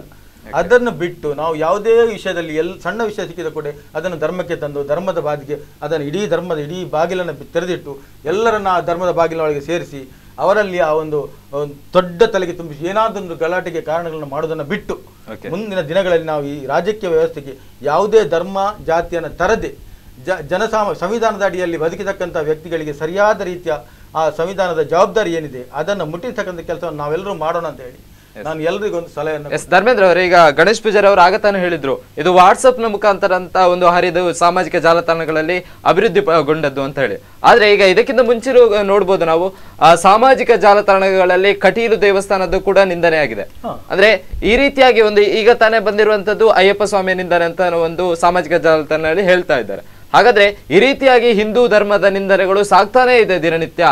ರಾಜಕೀಯದಿಂದ ಇಂಥ ಒಂದು ಘಟನೆಗಳು ನಡೀತಾ ಇದೆ. ಅಲ್ಲ, ಖಂಡಿತವಾಗಿ ಸರ್, ನಾನು ಅದನ್ನೇ ಹೇಳುವಂಥದ್ದು ಆವಾಗದಿಂದ. ನೋಡಿ, ಯಾವಾಗ ನೋಡಿದ್ರೆ ಬೇರೆ ನಾನು ಕೇಳುವಂಥದ್ದು, ನೋಡೋ ಇವರು ಮೊಹಮ್ಮದ್ ಪೈಗಂಬರ್ ಬಗ್ಗೆ ಮಾತಾಡ್ಲಿ, ಅಥವಾ ಜೀಸಸ್ ಬಗ್ಗೆ ಮಾತಾಡದೆ ಅನ್ಯ ಸ್ವಧರ್ಮ ಅಂತಲ್ಲ, ಈ ಎರಡೂ ಮತಗಳ ಬಗ್ಗೆ, ಈಗ ಕ್ರೈಸ್ತ ಮತ ಇರ್ಬೋದು, ಇಸ್ಲಾಂ ಮತ ಇರ್ಬೋದು, ಅದರ ಬಗ್ಗೆ ಮಾತಾಡುವ ಎದೆಗಾರಿಕೆ ಯಾವನಿಗಿದೆ? ಈಗ ಮೊಹಮ್ಮದ್ ಪೈಗಂಬರ್ ಬಗ್ಗೆ ಮಾತಾಡ್ಲಿ ಅಥವಾ ಜೀಸಸ್ ಬಗ್ಗೆ ಮಾತಾಡಿದ ಕೂಡ ಅವರ ಹೆಣ ಮರು ದಿವಸ ಬೀಳುತ್ತೆ. ಯಾಕೆಂದ್ರೆ ಅದಕ್ಕೆ ಆ ಥರದ ಒಂದು ಪ್ರತಿಕ್ರಿಯೆಯನ್ನ ಆ ಕ್ಷಣ ಮಾತ್ರದಲ್ಲಿ ತೋರಿಸ್ತಾರೆ. ಆದರೆ ನಮ್ಮ ಹಿಂದೂ ಧರ್ಮದ ಬಗ್ಗೆ ಅವ್ರು ಏನೇ ಹೇಳಿದ್ರು ನಾವು ಆದಷ್ಟು ತಡ್ಕೊಂಡಿದ್ದೇವೆ ತಾಳ್ಮೆ. ಅದನ್ನು ನಮ್ಮ ಹಿಂದೂ ಧರ್ಮದ ಮಿತ್ರರು ಕೂಡ ಮಾಡ್ತಾ ಇದ್ದಾರೆ. ಅವರಿಗೆ ಆಹಾರವಾಗಿ ಅದನ್ನು ಬಳಸ್ಕೊಳ್ಳಿಕ್ಕೆ ಕೊಡ್ತಾ ಇದೆ. ಇವತ್ತು ಕೂಡ ಮೊಯ್ದೀನ್ ಬಾವರು ಅದನ್ನೇ ಮಾಡಿದ್ರು. ಮೊಯ್ದೀನ್ ಬಾವು ಕೂಡ ಅದನ್ನೇ ಮಾಡಿದೆ. ಯಾಕೆಂದ್ರೆ ಅವರ ಧರ್ಮದ ಹಾಡುಗಳನ್ನು ಮೊಹಮ್ಮದ್ ಪೈಗಂಬರ್ ವಿಚಾರದಲ್ಲಿ ಮಾಡ್ಕೊಳ್ಳಿ ಅಲ್ಲ, ಅದನ್ನು ಮಾಡದೆ ಏನು ಎಲ್ಲದಕ್ಕೂ ಹಿಂದೂ ಧರ್ಮವೇ ಏನು ಆಹಾರವಾಗಿ ಆಗುವಂಥ ಪರಿಸ್ಥಿತಿ ಬಂದರೆ ನಾವು ಮತ್ತೊಂದು ದಿನ ನಾವು ಶಸ್ತ್ರವನ್ನು ಕೈಗೆತ್ತಿಕೊಳ್ಳುವಂಥ ಅನಿವಾರ್ಯತೆ ಇದೆ. ಆವತ್ತು ನಾನು ಹೇಳಿದ್ದೇನೆ, ಶ್ರೀಕೃಷ್ಣ ಮಠದಲ್ಲಿ ನಮಾಜ್ ಮಾಡುವಾಗ ಉಡುಪಿ ಶ್ರೀಕೃಷ್ಣ ಮಠದ ಮಠಾಧಿಪತಿಗಳೇ ಹೇಳಿದ್ದೇನೆ, ನಾವು ಶಸ್ತ್ರ ಮಾತ್ರ ಅಲ್ಲ, ಶಾಸ್ತ್ರದಿಂದ ಶಸ್ತ್ರದವರೆಗೆ ನಾವು ಎಲ್ಲದರೊಳಗೂ ರೆಡಿ ಇದ್ದೇವೆ, ಅನಿವಾರ್ಯ ಬಂದರೆ ಎತ್ತೇವೆ ಅಂತ ಹೇಳ್ಬಿಟ್ಟು. ನೋಡಿ, ಇದೇ ಥರ ಮುಂದುವರೆದ್ರೆ ಹಿಂದೂ ಧರ್ಮದ ವಿಡಂಬನೆಗಳಾಗ್ತಾ ಹೋದ್ರೆ ಯಾರು ಏನು ಮಾಡ್ತಾರೆ ಗೊತ್ತಿಲ್ಲ. ನಾವು ರಾಜಕೀಯಕ್ಕೆ ಹಿಂದೂ ಧರ್ಮವನ್ನು ತರುವುದಿಲ್ಲ, ನಮಗೆ ಅದರ ಅವಶ್ಯಕತೆ ಕೂಡ ಇಲ್ಲ ಹಿಂದೂ ಮಹಾಸಭಾಕ್ಕೆ. ಆದರೆ BJP ಅವರು ತಂದುಬಿಟ್ಟು ಇವತ್ತು ಆ ಪರಿಸ್ಥಿತಿಯನ್ನು ಯಾವ ಮಟ್ಟಕ್ಕೆ ಕೆಡಿಸಿದ್ದಾರೆ ಅಂದರೆ, ಇವತ್ತು ಬೇರೆಯವರು ನಮ್ಮ ಬಗ್ಗೆ ಹಿಂದೂ ಧರ್ಮದ ಬಗ್ಗೆ ಮಾತಾಡುವ ಮಟ್ಟಕ್ಕೆ ತಂದು ನಿಲ್ಲಿಸಿದ್ದೇವೆ, ಅವಕಾಶ ಮಾಡಿಕೊಟ್ಟಿದ್ದಾರೆ ಅವರು. ಅದನ್ನು ಕಾಂಗ್ರೆಸ್ನವರು ಕೂಡ ಬಳಸಿಕೊಂಡಿದ್ದಾರೆ. ಕೇವಲ ನೀವು BJP ಅಂತ ಅಲ್ಲ, 70 ವರ್ಷಗಳಿಂದ ಎರಡೂ ರಾಜಕೀಯ ಪಕ್ಷಗಳು ಅವತ್ತು ಅವರು ಬೆಳೆದಿಲ್ಲ, ಇವತ್ತು ಬೆಳೆದಿದ್ದಾರೆ. ಇವತ್ತು ಇವರು ನಿರ್ಣಾಮ ಹಂತದಲ್ಲಿದ್ದಾರೆ, ಅವತ್ತು ಬೆಳೆದಿದ್ರು. ಎರಡೂ ರಾಜಕೀಯ ಪಕ್ಷಗಳು ಇವತ್ತು ಹಿಂದೂ ಧರ್ಮವನ್ನು ತನ್ನದ ಫುಟ್ಬಾಲ್ನ ತರ ಆಟ ಆಡಿಸ್ತಾ ಇದ್ದಾರೆ. ಇದನ್ನು ನಾನು ವಿರೋಧಿಸ್ತೇನೆ. ಗಣೇಶ್ ಪೂಜಾರಿ ಅವರೇ, ಈಗ ಮೊಯ್ದೀನ್ ಬಾಬಾ ಅವರಿಗೆ ಅವರ ನಿಂತಿರ್ತಕ್ಕಂಥ ಪಕ್ಷದಲ್ಲಿ ಹಿಂದೂಗಳ ಮತಗಳು ಕೂಡ ಇವೆ. ಹಾಗಾದ್ರೆ ಇಂಥ ಸಂದರ್ಭದಲ್ಲಿ, ಚುನಾವಣೆ ಸಂದರ್ಭದಲ್ಲಿ ಈ ಒಂದು ಹಿಂದೂಗಳ ಹಾಡನ್ನು ಬಳಕೆ ಮಾಡಿ ಅವರಿಗೆ ಹಿಂದೂಗಳ ಮತ ಬೇಡುವ ಅಂತ ಹೇಳಿ ಚುನಾವಣೆ ಸಂದರ್ಭದಲ್ಲಿ ಅಲ್ಲ ನೋಡಿ, ಅವರು ನಾನು ನಿಮ್ಮ ಹತ್ರ ಹೇಳಿದ ಸ್ಪಷ್ಟವಾಗಿ ನೀವು ಹೌದು, ಹಾಗಾದ್ರೆ ಅದು ಹಿಂದೂಗಳ ಹಾಡು ಅಂತ ಒಪ್ಪಿಕೊಳ್ತೀರಿ ತಾವು? ನೋಡಿ, ಅಲ್ಲಿ ಖಾಲಿ ಹಾಡಿನ ಟ್ಯೂನ್ ಅನ್ನ ಮಾತ್ರ ಅವರು ಉಪಯೋಗ ಮಾಡಿದ್ದಾರೆ. ಆದ್ರೆ ಕರಾವಳಿ ಭಾಗದಲ್ಲಿ ಎಲ್ರಿಗೂ ಗೊತ್ತುಂಟು, ಕರಾವಳಿ ಭಾಗದ ಜನರಿಗೆ ಎಲ್ಲರಿಗೂ ಗೊತ್ತುಂಟು, ಅಲ್ಲಿ ಯಾವುದೇ ರೀತಿಯ ದೇವರ ಅಥವಾ ದೇವತೆಗಳ ನಿಂದನೆಯನ್ನ ಮೊಯ್ದೀನ್ ಬಾವರು ಮಾಡಲಿಲ್ಲ. ಮೊಯ್ದೀನ್ ಬಾವರು ಒಬ್ಬರು ಸ್ಪಷ್ಟ ಎಲ್ಲಾ ಧರ್ಮದ ಒಬ್ಬ ಪರಿಪಾಲಕ ಮತ್ತು ರಕ್ಷಕ ಅಂತ ಹೇಳ್ಬೇಕು ನಾವು ಹೆಚ್ಚು ಪಡ್ತೀವಿ. ಯಾಕೆಂತ ಹೇಳಿದ್ರೆ ಅವರು ಒಂದು ರಾಜಕೀಯ ನಾಯಕನಾಗಿ ಮುಸ್ಲಿಂ ಧರ್ಮಕ್ಕೆ ಮಾತ್ರ ಅವರು ಸೀಮಿತವಾಗಿ ಕೆಲಸವನ್ನು ಮಾಡಲಿಲ್ಲ. ಎಲ್ಲಾ ಧರ್ಮದ ದೇವಸ್ಥಾನಗಳಿರ್ಬೋದು, ಬಿಲ್ಲವ ಸಮಾಜ ಮಂದಿರಗಳಿರ್ಬೋದು, ಗುರುನಾರಾಯಣ ಮಂದಿರಗಳಿರ್ಬೋದು, ಇದಕ್ಕೆ ಕೋಟ್ಯಾನುಗಟ್ಟಲೆ ಹಣವನ್ನು ಕೊಟ್ಟಿದ್ದಾರೆ. ಇದಕ್ಕೆ ನಿಮ್ಗೆ ಬೇಕಾದ್ರೆ ಮಾಹಿತಿ ಹಕ್ಕಲ್ಲಿ ತಿಳ್ಕೊಳ್ಬಹುದು. ಯಾವ ಧರ್ಮದ ವಿರೋಧಿ ಕೂಡ ಈ ದೇಶದಲ್ಲಿಲ್ಲ. ನಾವು ಧರ್ಮವನ್ನು ನನ್ನ ಧರ್ಮವನ್ನು ನಾನು ವಿರೋಧ ಮಾಡಿದಾಗ ಅಥವಾ ನನ್ನ ಧರ್ಮವನ್ನು ಮತ್ತೊಬ್ಬ ವಿರೋಧ ಮಾಡಿದಾಗ ಅಲ್ಲಿ ಧರ್ಮದ ವಿರೋಧಗಳಾಗ್ತವೆ. ನಮ್ಮ ಧರ್ಮಗಳು, ನಾನೊಬ್ಬ ಹಿಂದೂ ಅಂತ ಹೇಳಬೇಕಿದ್ರೆ ನನ್ನ ಜೊತೆಯಲ್ಲಿ ಬೇರೆ ಯಾರಾದ್ರೂ ಒಬ್ರು ಇದ್ರೆ ಮಾತ್ರ ಅಲ್ಲಿ ಹಿಂದೂ ಅಂತ ಹೇಳ್ಬೋದು. ಬರೇ ಹಿಂದೂಗಳಾಗಿದ್ರೆ ನಾವು ಹಿಂದೂ ಅಂತ ಹೇಳ್ತೇವೆ, ಅಲ್ಲಿ ನಮಗೆ ಜಾತಿ ಬರ್ತದೆ. ಅವ ಪೂಜಾರಿ, ಇವ ಬ್ರಾಹ್ಮಣ, ಇವಾಗ ಶೆಟ್ಟಿ, ಇವ ಜೈನ, ಇವ ಕ್ರೈಸ್ತ ಅಂತ ಬರ್ತದೆ. ಅಲ್ಲಿ ನಮ್ಮೊಳಗೆ ಘರ್ಷಣೆಗಳಾಗ್ತಾ ಇರ್ತವೆ. ತಾವು ಬಹಳಷ್ಟು ಇದರ ಬಗ್ಗೆ ಮೂಲ ಮತ್ತು ಸೂಕ್ಷ್ಮವಾಗಿ ತಿಳ್ಕೊಳ್ಬೇಕಂತ ವ್ಯವಸ್ಥೆಗಳಿವೆ. ಯಾಕೆ ಅನೇಕ ಸಂದರ್ಭಗಳಲ್ಲಿ ಇಲ್ಲಿ ಈ ತುಳಿತಕ್ಕೆ ಒಳಗಾಗಂತ ಅನೇಕ ಹಿಂದೂಗಳು ಈ ಜಿಲ್ಲೆಯಲ್ಲೇ ಇದ್ದಾರೆ. ಮುಂದಿನ ಕಾಲದಲ್ಲಿ ಅವರಿಗೊಂದು ದೇವಸ್ಥಾನದ ಅಂಗಳಿಗೂ ಕೂಡ ಹೋಗ್ಲಿಕ್ಕೆ ಇರಲಿಲ್ಲ. ಒಂದು ಶುದ್ಧಾಚಾರ ಇದ್ದಂಥ ಅವರ ಬಾವಿಯನ್ನು ಮುಟ್ಟತಕ್ಕಂಥ ವ್ಯವಸ್ಥೆಗಳಿರಲಿಲ್ಲ. ಇದೆಲ್ಲವನ್ನ ದೂರ ಮಾಡಿದ್ದು ಕಾಂಗ್ರೆಸ್ ಪಕ್ಷ ಅಂತ ನಾನು ಸ್ಪಷ್ಟವಾಗಿ ಒಂದು ಮಟ್ಟದಲ್ಲಿ ಹೇಳಲಿಕ್ಕೆ ಇಚ್ಛೆಪಡ್ತಾ ಇದ್ದೇನೆ. ಈ ಏನು ಅಸ್ಪೃಶ್ಯತೆಗಳನ್ನು ನೀಗಿಸ್ತಕ್ಕಂಥ ಒಂದು ಈ ದೊಡ್ಡ ಹಸಿವು ಯಾವುದಂತ ಹೇಳಿದ್ರೆ ಹೊಟ್ಟೆ ತುಂಬ ಹಸಿವಲ್ಲ, ಈ ಅಸ್ಪೃಶ್ಯತೆ ಎಂಬ ಹಸಿವು ಉಂಟಲ್ಲ, ಇದನ್ನ ನೀಗಿಸ್ತಕ್ಕಂಥ ಕೆಲಸವನ್ನು ಯಾರಾದ್ರೂ ಮಾಡಿದ್ರೆ ಅದು ಒಳ್ಳೆಯ ಕೆಲಸ ಅಂತ ನಾನು ಹೇಳ್ತೇನೆ. ಮತ್ತೆ ನೀನು ಅಲ್ಲಿಗೆ ಬರಬೇಡ, ನೀನು ಇಲ್ಲಿಗೆ ಹೋಗ್ಬೇಡ, ಆಗ ನಮ್ಮ ಧರ್ಮದಲ್ಲಿ ಏನು ಉಳಿತು ಹೇಳಿ? ತಾವು ಧರ್ಮದ ಬಗ್ಗೆ ನಾವು ಹೆಚ್ಚು ಮಾತನಾಡುವುದಕ್ಕೆ ಮೊದಲು ಆ ಧರ್ಮವನ್ನು ಒಂದೇ ಬಟ್ಟಲಲ್ಲಿ ಇಡ್ಲಿಕ್ಕೆ ಆಗ್ತದೆ ಅಂತ ನಾವು ನೋಡ್ಕೊಳ್ಬೇಕು ಮೊದಲು. ದಯಮಾಡಿ ಇದನ್ನೆಲ್ಲ ನೀವು ಸ್ಪಷ್ಟವಾಗಿ ಸರಿ ಮಾಡಿದ್ರೆ ಎಲ್ಲಿ ಕೂಡ ಧರ್ಮ ಹಾಳಾಗುವುದಿಲ್ಲ. ಅವರವರ ಧರ್ಮವನ್ನು ಅವರವರು ಪ್ರೀತಿಸ್ತಾರೆ, ಅವರವರು ಬದುಕ್ತಾರೆ. ಅದರ ಜೊತೆಯಲ್ಲಿ ಈ ರಾಜಕೀಯವನ್ನ ಧರ್ಮಕ್ಕೆ ತರುವುದು ಬೇಡ. ಇದು ಬಹಳ ಸ್ಪಷ್ಟವಾಗಿರಬೇಕು. ಬರೀ ಕಾಂಗ್ರೆಸ್ನವರು ಮಾತ್ರ ಹಿಂದೂ ಧರ್ಮದವರಲ್ಲ, BJP ಅವರು ಮಾತ್ರ ಹಿಂದೂ ಧರ್ಮದವರು, ಹಾಗೆಲ್ಲ ಯಾರಿಗೂ ಬೇಡ. ನೋಡಿ, ನನ್ನ ಸನ್ಮಿತ್ರರು ಅನೇಕ ಜನ BJPನವರು ಇದ್ದಾರೆ, ಅನೇಕ ಜನ ಮುಸಲ್ಮಾನರಿದ್ದಾರೆ. ಇದನ್ನೆಲ್ಲ ನಾವು ನೋಡಿ, ಬದುಕುವುದು ಸ್ವಲ್ಪ ದಿವಸ. ಆ ಸ್ವಲ್ಪ ದಿವಸದ ಬದುಕನ್ನು ಉಳಿದವರಿಗೆ ಒಳ್ಳೆ ರೀತಿಯಲ್ಲಿ ಬದುಕಿಸುವಂತ ಕಲ್ಪನೆಯನ್ನು ನಾವು ಮಾಡಬೇಕಾದ್ದೇ. ಅದು ಸ್ವಾಮಿ, ನೀವು 60 ವರ್ಷದಲ್ಲಿ ಇದನ್ನು ಯಾಕೆ ಮಾಡಿಲ್ಲ? ನಾವು ಕೇಳುವಂಥದ್ದಿದೆ. ಇವತ್ತು ಭಾಜಪಕ್ಕೆ ಒಂದು ಆಹಾರವನ್ನಾಗಿ ಮಾಡಿಕೊಟ್ಟಂತ ನೀವುಗಳು ವೇದಿಕೆಯಲ್ಲಿ ಇದನ್ನು ಹೇಳ್ತೀರಿ. ವೇದಿಕೆಯಲ್ಲಿ ಎಲ್ಲರೂ ಇದನ್ನ ಮಾತಾಡ್ತಾರೆ ಸ್ವಾಮಿ. ನಾನು ಬಿಜೆಪಿ ಅವರ ಬಗ್ಗೆ ಕೇಳಿದಾಗಲ್ಲ, ವೇದಿಕೆಯಲ್ಲಿ ಹಿಂದೂ ಒಂದು ಅಂತ ಹೇಳ್ತಾರೆ. ಇವರ ಅಸ್ಪೃಶ್ಯತೆ ಅವರ ತಳಬುಡದಲ್ಲಿದೆ. ಈ ಕಾಂಗ್ರೆಸ್ ಅಲ್ಲ ಅದನ್ನೇ ಮಾಡುವಂಥದ್ದು. ಹಾಗಿರುವಾಗ ವೇದಿಕೆಯನ್ನು ಬಳಸಿಕೊಂಡು ಸಮಾನತೆಯ ಪಾಠ ಹೇಳಿಕೊಡ್ತಾರೆ. ತನ್ನ ಕಾಲಬುಡಕ್ಕೆ ಬಂದಾಗ ಸ್ಪರ್ಶದ ಮಾತನಾಡ್ತಾರೆ. ಇದನ್ನ ಮೊದಲು ಸರಿ ಮಾಡ್ಕೊಳ್ಳಿ, ತಾನು ಸರಿಯಾಗಬೇಕು, ಆಮೇಲೆ ಸಮಾಜ ಸರಿ ಮಾಡುವ ಪ್ರಯತ್ನ ನೀವು ಮಾಡಿ. ಅದನ್ನೇ ನಾನು ನಿಮ್ಮ ಹತ್ರ ಹೇಳುದು. ತಾವು ನಾವು ಯಾರು ಇದರ ಬಗ್ಗೆ ಮಾತಾಡ್ತೇವ, ನಾವು ಮೊದಲು ಅದನ್ನೇ ತಿಳ್ಕೊಳ್ಬೇಕಾದ ಮುಖ್ಯವಾದ ಉದ್ದೇಶಗಳು ಏನಂತ ಹೇಳಿದ್ರೆ, ನಾವು ಸ್ವಧರ್ಮದಲ್ಲಿ ನಾವೆಲ್ಲರೂ ಒಮ್ಮತದಲ್ಲಿದ್ದೇವಾ? ಸ್ವಯಂ ಈಗ ನಾನು ಹೇಳ್ತೇನೆ, ಬಿಜೆಪಿ ಅವರು ಹಿಂದೂ ಧರ್ಮದ ಬಗ್ಗೆ ಮಾತಾಡ್ತಾರೆ, ಅವರ ಒಳಗಿರತಕ್ಕಂತಹ ಕಚ್ಚಾಟಗಳು ಮತ್ತೆ ನೀವು ಸ್ಪಷ್ಟವಾಗಿ ಇನ್ನೊಂದು ಹೇಳ್ತೇನೆ. ಒಂದು ಮನೆಯ ತಾಯಿಯ ಸಹೋದರರಲ್ಲಿಯೇ ಅನ್ಯೋನ್ಯತೆಗಳು ಇಲ್ಲ. ತಾವು ದಯಮಾಡಿ ಸ್ಪಷ್ಟವಾಗಿ ತಿಳ್ಕೊಳ್ಬೇಕಾದಂತ ಇವತ್ತಿನ ಒಂದು ಮೂಲ ಉದ್ದೇಶಗಳನ್ನು ನಾವು, ಒಂದು ತಾಯಿಯ 5 ಮಕ್ಕಳಿದ್ರೆ ಅವರಲ್ಲಿ ಅನ್ಯೋನ್ಯತೆಗಳು ಇಲ್ಲ, ಏಕತೆಗಳಿಲ್ಲ, ಒಂದೇ ಮನೆಯಲ್ಲಿ ಊಟ ಮಾಡತಕ್ಕಂಥ ಭಾವನೆಗಳಿಲ್ಲ. ಇದನ್ನೆಲ್ಲ ಕೆರಳಿಸಿ ಆ ಭಾವನೆಗಳನ್ನು ನಾವು ಮುಂಚಿನ ಕಾಲದಲ್ಲಿ ನನ್ನ ಅನುಭವ ಪ್ರಕಾರ ನಮ್ಮ ಹಿರಿಯರೆಲ್ಲ ಒಂದು ಮನೆಯಲ್ಲಿ 50ಕ್ಕಿಂತ 40ಕ್ಕಿಂತ ಜಾಸ್ತಿ ಜನ ಒಂದೇ ಬಟ್ಟಲಲ್ಲಿ ಒಂದೇ ಕರದ ಅಡಿಗೆ ಎಲ್ಲ ಅನ್ನವನ್ನು ತಿನ್ನತಕ್ಕಂಥ ವ್ಯವಸ್ಥೆ ನಮ್ಮ ಜಿಲ್ಲೆಯಲ್ಲಿತ್ತು. ಇವತ್ತು ಅದೆಲ್ಲ ಕಳಚಿ ಮದುವೆ ಆದ ನಂತರ ಒಬ್ಬೊಬ್ಬರು ಬೇರೆ ಬೇರೆಯಾಗಿ ಆ ಮನೆಯ ಹಿರಿಯರಿಗೆ ಗೌರವ ಇಲ್ಲದೆ ಅವರು ಬದುಕುವ ಪಾಡು ಕಷ್ಟ ಆಗಿ ಹೋಗಿದೆ. ಇದನ್ನೆಲ್ಲ ಯಾರು ಸ್ವಾಮಿ, ನಾನು ನಿಮ್ಮನ್ನ ಕೇಳ್ತೇನೆ ನೋಡಿ, ನೀವು ಈಗ ಮಾತಾಡ್ತಿದ್ರಿ ಇಷ್ಟೆಲ್ಲ 60 ವರ್ಷಗಳ ಆಡಳಿತ ಮಾಡಿದ್ರೆ ನಿಮ್ಗೆ ನಾನು ಇವತ್ತು ಕೂಡ ಹೇಳ್ತೇನೆ, ಕಾಂಗ್ರೆಸ್ ಸರ್ಕಾರಕ್ಕೆ ಒಂದು ನನ್ನ ಬಹಿರಂಗವಾದ ಇದು ಸವಾಲಿದೆ. ನೀವು ಜಾತಿ ವ್ಯವಸ್ಥೆಯನ್ನು ತೆಗೆದುಹಾಕಿ. ನಾನು ನಿಮ್ಮನ್ನ ಕೇಳ್ತೇನೆ, ಹಿಂದೂ ಮಹಾಸಭಾ ಸದಾ ನಿಮ್ಮ ಜೊತೆಯಲ್ಲಿರುತ್ತೆ. ಜಾತಿ ವ್ಯವಸ್ಥೆಯನ್ನು ಕಿತ್ತಾಕಿ. ತಾಕತ್ತಿದೆಯಾ ನಿಮಗೆ? ಅಲ್ಲಿ ಕುರುಬ, ಅಲ್ಲಿ ಶೈವ, ವೀರಶೈವ, ಗಾಣಿಗ, ಮತ್ತೊಬ್ಬ ಇನ್ನೊಂದನ್ನು ತೆಗೆದುಹಾಕಿ. ಹಾಗಾದ್ರೆ ನಿಮ್ಮ ಮಾತಿಗೆ ನಾನು ಒಪ್ಕೊಳ್ತೇನೆ. ತಾಕತ್ತಿದ್ರೆ ಮಾಡಿ ಅದನ್ನ. ಬಿಜೆಪಿ ಅವರಂತೂ ಮಾಡಲ್ಲ, ಯಾಕಂದ್ರೆ ಅವರಿಗೆ ನೀವು ಒಂದು ತಿಳ್ಕೊಳ್ಬೇಕು, ಈ ದೇಶದ ಸಂವಿಧಾನದಲ್ಲಿ ಯಾವುದಾದ್ರೂ ಜಾತಿಗೆ ವ್ಯವಸ್ಥೆ ಇಲ್ಲ ಸ್ವಾಮಿ. ನೀವು ಯಾವುದಾದ್ರೂ ಒಂದು ಜಾತಿಗೆ ಇಂಥದೇ ಶಿಕ್ಷೆ, ಈ ಜಾತಿಗೆ ಇಂಥ ಶಿಕ್ಷೆ ಏನಾದ್ರು ಉಂಟಾ? ಇದನ್ನ ಮಾಡಿಕೊಂಡು ಬಂದವರು ಯಾರು? ನೀವುಗಳಲ್ವಾ? ರಾಜಕಾರಣಿಗಳಲ್ಲ. ನಾನು ಹೇಳ್ತೇನೆ, ಯಾವುದೊಂದು ಮಠಗಳಲ್ಲಿ ಹಿರಿಯರು ಇರ್ತಾರ, ಒಂದು ಸಮಾಜದಲ್ಲಿ ಬಿಲ್ಲವ ಸಮಾಜದ ಒಬ್ಬ ಹಿರಿಯರು ಇರ್ತಾರ, ಇದು ನಮ್ಮ ಸಮಾಜ, ಇದು ನಮ್ಮ ಸಮಾಜಕ್ಕೆ ಸಂಬಂಧಪಟ್ಟಂತ. ಈಗ ಮಾತಿಗೂ ಬಿಲ್ಲವ ಅಂತ ಹೇಳಿದ್ರೆ ನಿಮ್ಮ ಮಾತಲ್ಲೂ ಬಿಲ್ಲವತೆ ತನಕ ಕಾಣುತ್ತೆ. ನಾನು ಅದನ್ನೇ ಹೇಳಿದ್ದು. ಆ ಧರ್ಮಕ್ಕೆ ಉಂಟಲ್ಲ ಸೀಮಿತವಾಗಿ ಅವ್ರು ಮಾತಾಡ್ತಕ್ಕಂಥ ವ್ಯವಸ್ಥೆಯನ್ನು ಮಾಡಿದ್ದಾರೆ. ಏನು ಇವತ್ತು ಗುರುನಾರಾಯಣ ಸ್ವಾಮಿಯನ್ನ ನಾವು ಪೂಜೆ ಮಾಡ್ತೇವೆ ಅಂತ ಹೇಳಿದ್ರೆ ಅದು ಬಿಲ್ಲವರ ಗುರುಗಳು ಅಂತ ಹೇಳುವಂತವ್ರು ನೀವು ಮಾಡಿದ್ದು ಸ್ವಾಮಿ. ಈಗ ತಾನೇ ಕಾಂಗ್ರೆಸ್ ಪಕ್ಷಕ್ಕೆ ಒಂದು ಹಣೆಪಟ್ಟಿ ಇದೆ, ಅಲ್ಪಸಂಖ್ಯಾತರ ಓಲೈಕೆಯನ್ನು ಮಾಡ್ತಾ ಇದೆ ಅಂತ.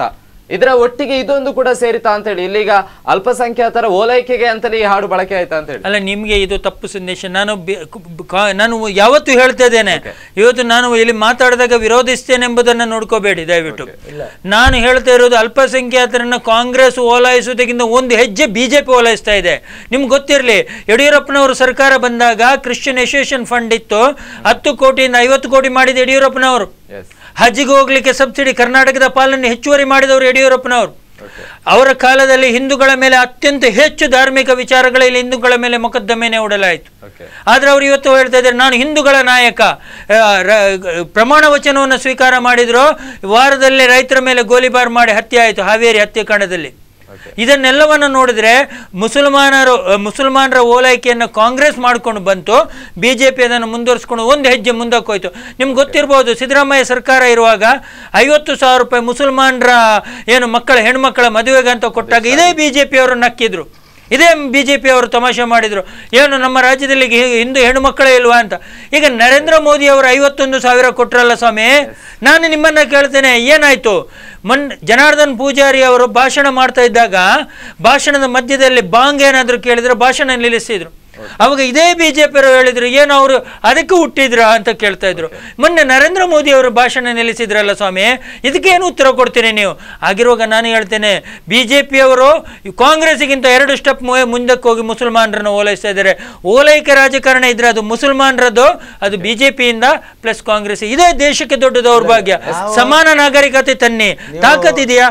ಎಲ್ಲರನ್ನ ಒಂದೇ ವೇದಿಕೆಯಲ್ಲಿ ನೋಡಿ, ಒಂದು ಕಾನೂನು, ಒಂದು ದೇಶ, ಒಂದೇ ವಿಚಾರಗಳಿರಲಿ, ಅವಾಗ ಆಗ ದೇಶ ಮುಂದುವರಿಯುತ್ತದೆ. ಗಣೇಶ್ ಪೂಜಾರಿ ಅವರೇ, ಹಾಗಾದ್ರೆ ಮೊಯ್ದೀನ್ ಬಾವ್ ಅವರಿಗೆ ಈ ಒಂದು ಹಾಡು ಯಾವುದೇ ರೀತಿಯಾದಂತಹ ಚುನಾವಣೆ ಪ್ರಭಾವ ಬೀರುವುದಿಲ್ಲ? ಇಲ್ಲ ನೋಡಿ, ಅವರು ಒಂದು ವೇಳೆ ಅದು ಜನರಿಗೆ ತಪ್ಪು ಅಂತ ಆದ್ರೆ ಅದನ್ನು ತಕ್ಷಣ, ಅದು ಅವರಿಗೆ ಗೊತ್ತಿಲ್ಲ, ನನ್ನ ಅನುಭವ ಪ್ರಕಾರ ಅದು ಡಿಸ್ಪ್ಲೇ ಆಗಿ ಹೋಗಿದೆ, ಅದನ್ನು ತಕ್ಷಣ ಅದನ್ನು ರಿಮೂವ್ ಮಾಡ್ಲಿಕ್ಕೆ ಹೇಳಿದ್ದೇವೆ, ನಾವು ಕೂಡ ಹೇಳಿದ್ದೇವೆ ಇದನ್ನೆಲ್ಲ ಮಾಡಬಾರ್ದು ಯಾರು ಕೂಡ ಅಂತ.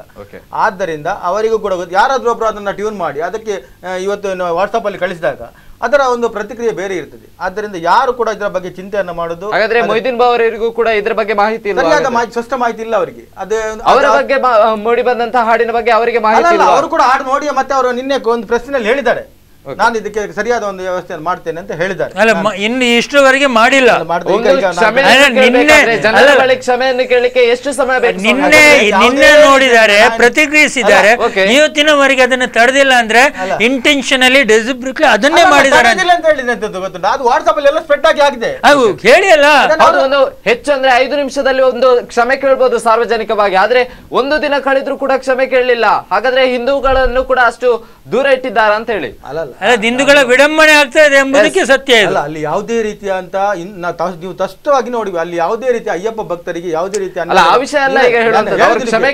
ದಯಮಾಡಿ ಅದರ ಬಗ್ಗೆ ಇನ್ನಷ್ಟು ಕೂಡ ಹಿಂದೂ ಧರ್ಮಕ್ಕೆ ಧಕ್ಕೆ ಆಗಿದೆ ಅಂತ ಹೇಳಿ ಅಲ್ಲಿ ಪದ್ಯದಲ್ಲಿ ಯಾವುದೇ ರೀತಿಯಲ್ಲಿ ಅದರ ಟ್ಯೂನ್ ಅನ್ನು ಮಾತ್ರ ಉಪಯೋಗ ಮಾಡಿದ್ದಾರೆ ಅವರು. ಅವ್ರು ಖಂಡಿತವಾಗಿ ಹಿಂದೂ ಧರ್ಮಕ್ಕೆ ಎಲ್ಲಿಯೂ ಕೂಡ ಅಪವಾದ ಅವರ ತಪ್ಪಿಲ್ಲ, ಅವರು ಕ್ಷಮೆ ಕೇಳುವುದಿಲ್ಲ ಅಂತ ನೋಡಿ.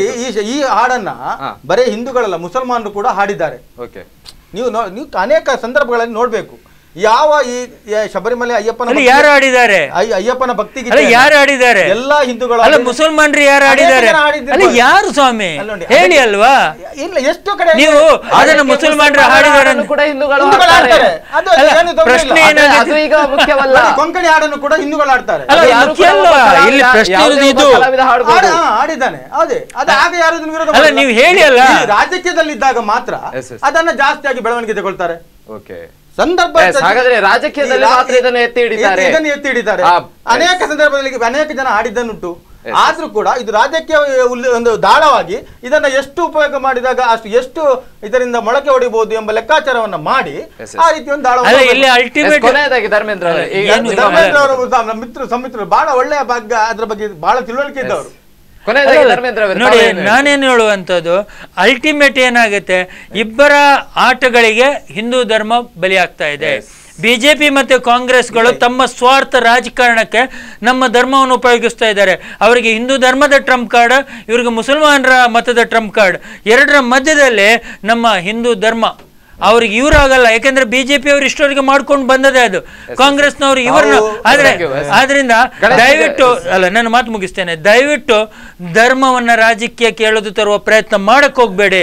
ಮುಂದೊಂದು ದಿನ ಅವನತಿಗೆ ದಾರಿ ಆಗತ್ತೆ ಇವರಿಗೆ ಅಂತ ಹೇಳಿಕ್ಕೆ. ಗಣೇಶ್ ಪೂಜಾರಿ ಅವರು ನೋಡಿ, ನಾನು ಅದನ್ನೇ ಸ್ಪಷ್ಟವಾಗಿ ಹೇಳ್ತಾ ಇದ್ದೇನೆ, ಇದರಲ್ಲಿ ಯಾರೂ ಕೂಡ ಧರ್ಮ ಮತ್ತು ರಾಜಕೀಯಕ್ಕೆ ತರುವುದು ಇದನ್ನು ಬೇಡ. ಇದು ರಾಜಕೀಯ ಸಂದರ್ಭವಾಗಿರುವುದರಿಂದ ಇದನ್ನು ದುರುಪಯೋಗ ಮಾಡತಕ್ಕಂಥ ಕೆಲಸವನ್ನು ಮಾಡುದು ಕೂಡ ಬೇಡ. ಯಾರಿಗೂ ನೋಯಿಸುವಂತ ಕೆಲಸವನ್ನು ಯಾರು ಕೂಡ ನಾವು ಮಾಡುದು ಬೇಡ. ನಾವು ಮತ್ತೆ ನಮ್ಮ ಮಿತ್ರರು ಹೇಳಿದ್ದಾರೆ, ಮುಸ್ಲಿಮರ ವಲಯಕ್ಕೆ ಖಂಡಿತವಾಗಿಯೂ ಈ ದೇಶದ ಪ್ರಜಾಪ್ರಭುತ್ವದಲ್ಲಿ ಕಾಂಗ್ರೆಸ್ ಪಕ್ಷ ಪ್ರತಿಯೊಬ್ಬರನ್ನ ಒಂದೇ ಕಣ್ಣಿನಲ್ಲಿ ಒಂದೇ ದೃಷ್ಟಿಯಲ್ಲಿ ನೋಡತಕ್ಕಂಥ ವ್ಯವಸ್ಥೆಯನ್ನು, ಅವರಿಗೆ ಬದುಕಲಿಕ್ಕೆ ಎಲ್ಲ ವ್ಯವಸ್ಥೆಯನ್ನು ಈ ನಮ್ಮ ಏನು ಆಳ್ವಿಕೆಗಳಿದೆಯಾ, ಯಾವುದೇ ಒಂದು ಸಂದರ್ಭದಲ್ಲಿ ಕೂಡ ಯಾವ ಧರ್ಮವನ್ನು ವಿರೋಧ ಮಾಡಿದಂತಹ ಸನ್ನಿವೇಶ ನಿಮಗೆ ಸಿಕ್ಕಿದ್ರೆ ಅದನ್ನು ತಾವು ಬಹಿರಂಗವಾಗಿ ಹೇಳ್ಬೋದು. ಹೇಳಿ, ಒಂದೇ ಕಣ್ಣಲ್ಲಿ ನೋಡಿದ್ದಾರೆ, ಬೇರೆ ಬೇರೆ ಆಗ್ತದೆ, ಒಂದೇ ಕಣ್ಣಲ್ಲಿ ನೋಡ್ಬೇಕು. ಇಷ್ಟೊತ್ತು ಈ ಒಂದು ವಿಶೇಷ ಕಾರ್ಯಕ್ರಮದಲ್ಲಿ ಭಾಗವಹಿಸಿದಂತಹ ಗಣೇಶ್ ಪೂಜಾರಿ ಮತ್ತು ಧರ್ಮೇಂದ್ರ ಅವರಿಗೆ ಧನ್ಯವಾದಗಳು. ಇದು ಇವತ್ತಿನ ವಿಶೇಷವಾಗಿತ್ತು. ಯಾವುದೇ ಒಂದು ಧರ್ಮವಾಗಿರಲಿ ಅದನ್ನು ರಾಜಕೀಯದಲ್ಲಿ ಉಪಯೋಗಿಸುವಂಥದ್ದು ಎಷ್ಟರ ಮಟ್ಟಿಗೆ ತಪ್ಪು ಅನ್ನುವಂಥದ್ದನ್ನು ತಿಳಿಸಿಕೊಡುವುದು ನಮ್ಮ ಉದ್ದೇಶವಾಗಿತ್ತು. ಹಾಗಾಗಿ ಇನ್ನು ಮುಂದಕ್ಕೂ ಕೂಡ ಯಾವುದೇ ಒಂದು ಹಿಂದೂ ಆಗಿರಲಿ, ಮುಸ್ಲಿಂ ಆಗಿರಲಿ, ಯಾವುದೇ ಧರ್ಮವಾಗಿರಲಿ ಅದರ ಹಾಡಾಗಿರ್ಬೋದು ಅಥವಾ ಆ ಧರ್ಮದ ಹಿಂದೆ ಇರುವಂತಹ ವಿಚಾರವನ್ನು ಎತ್ತಿ ಹಿಡಿದು ರಾಜಕೀಯದಲ್ಲಿ ತರುವಂಥದ್ದು ತಪ್ಪು ಎನ್ನುವಂಥದ್ದನ್ನು ಜನರಿಗೆ ತಿಳಿಸುವಂಥದ್ದು ನಮ್ಮ ಉದ್ದೇಶವಾಗಿತ್ತು. ಇದಿಷ್ಟು ಈ ಹೊತ್ತಿನ ವಿಶೇಷ. ನಿರಂತರ ಸುದ್ದಿ ಹಾಗೂ ಮನೋರಂಜನೆಗಾಗಿ ನೋಡ್ತಾ ಇರಿ ಸ್ಪಂದನ ಟಿವಿ.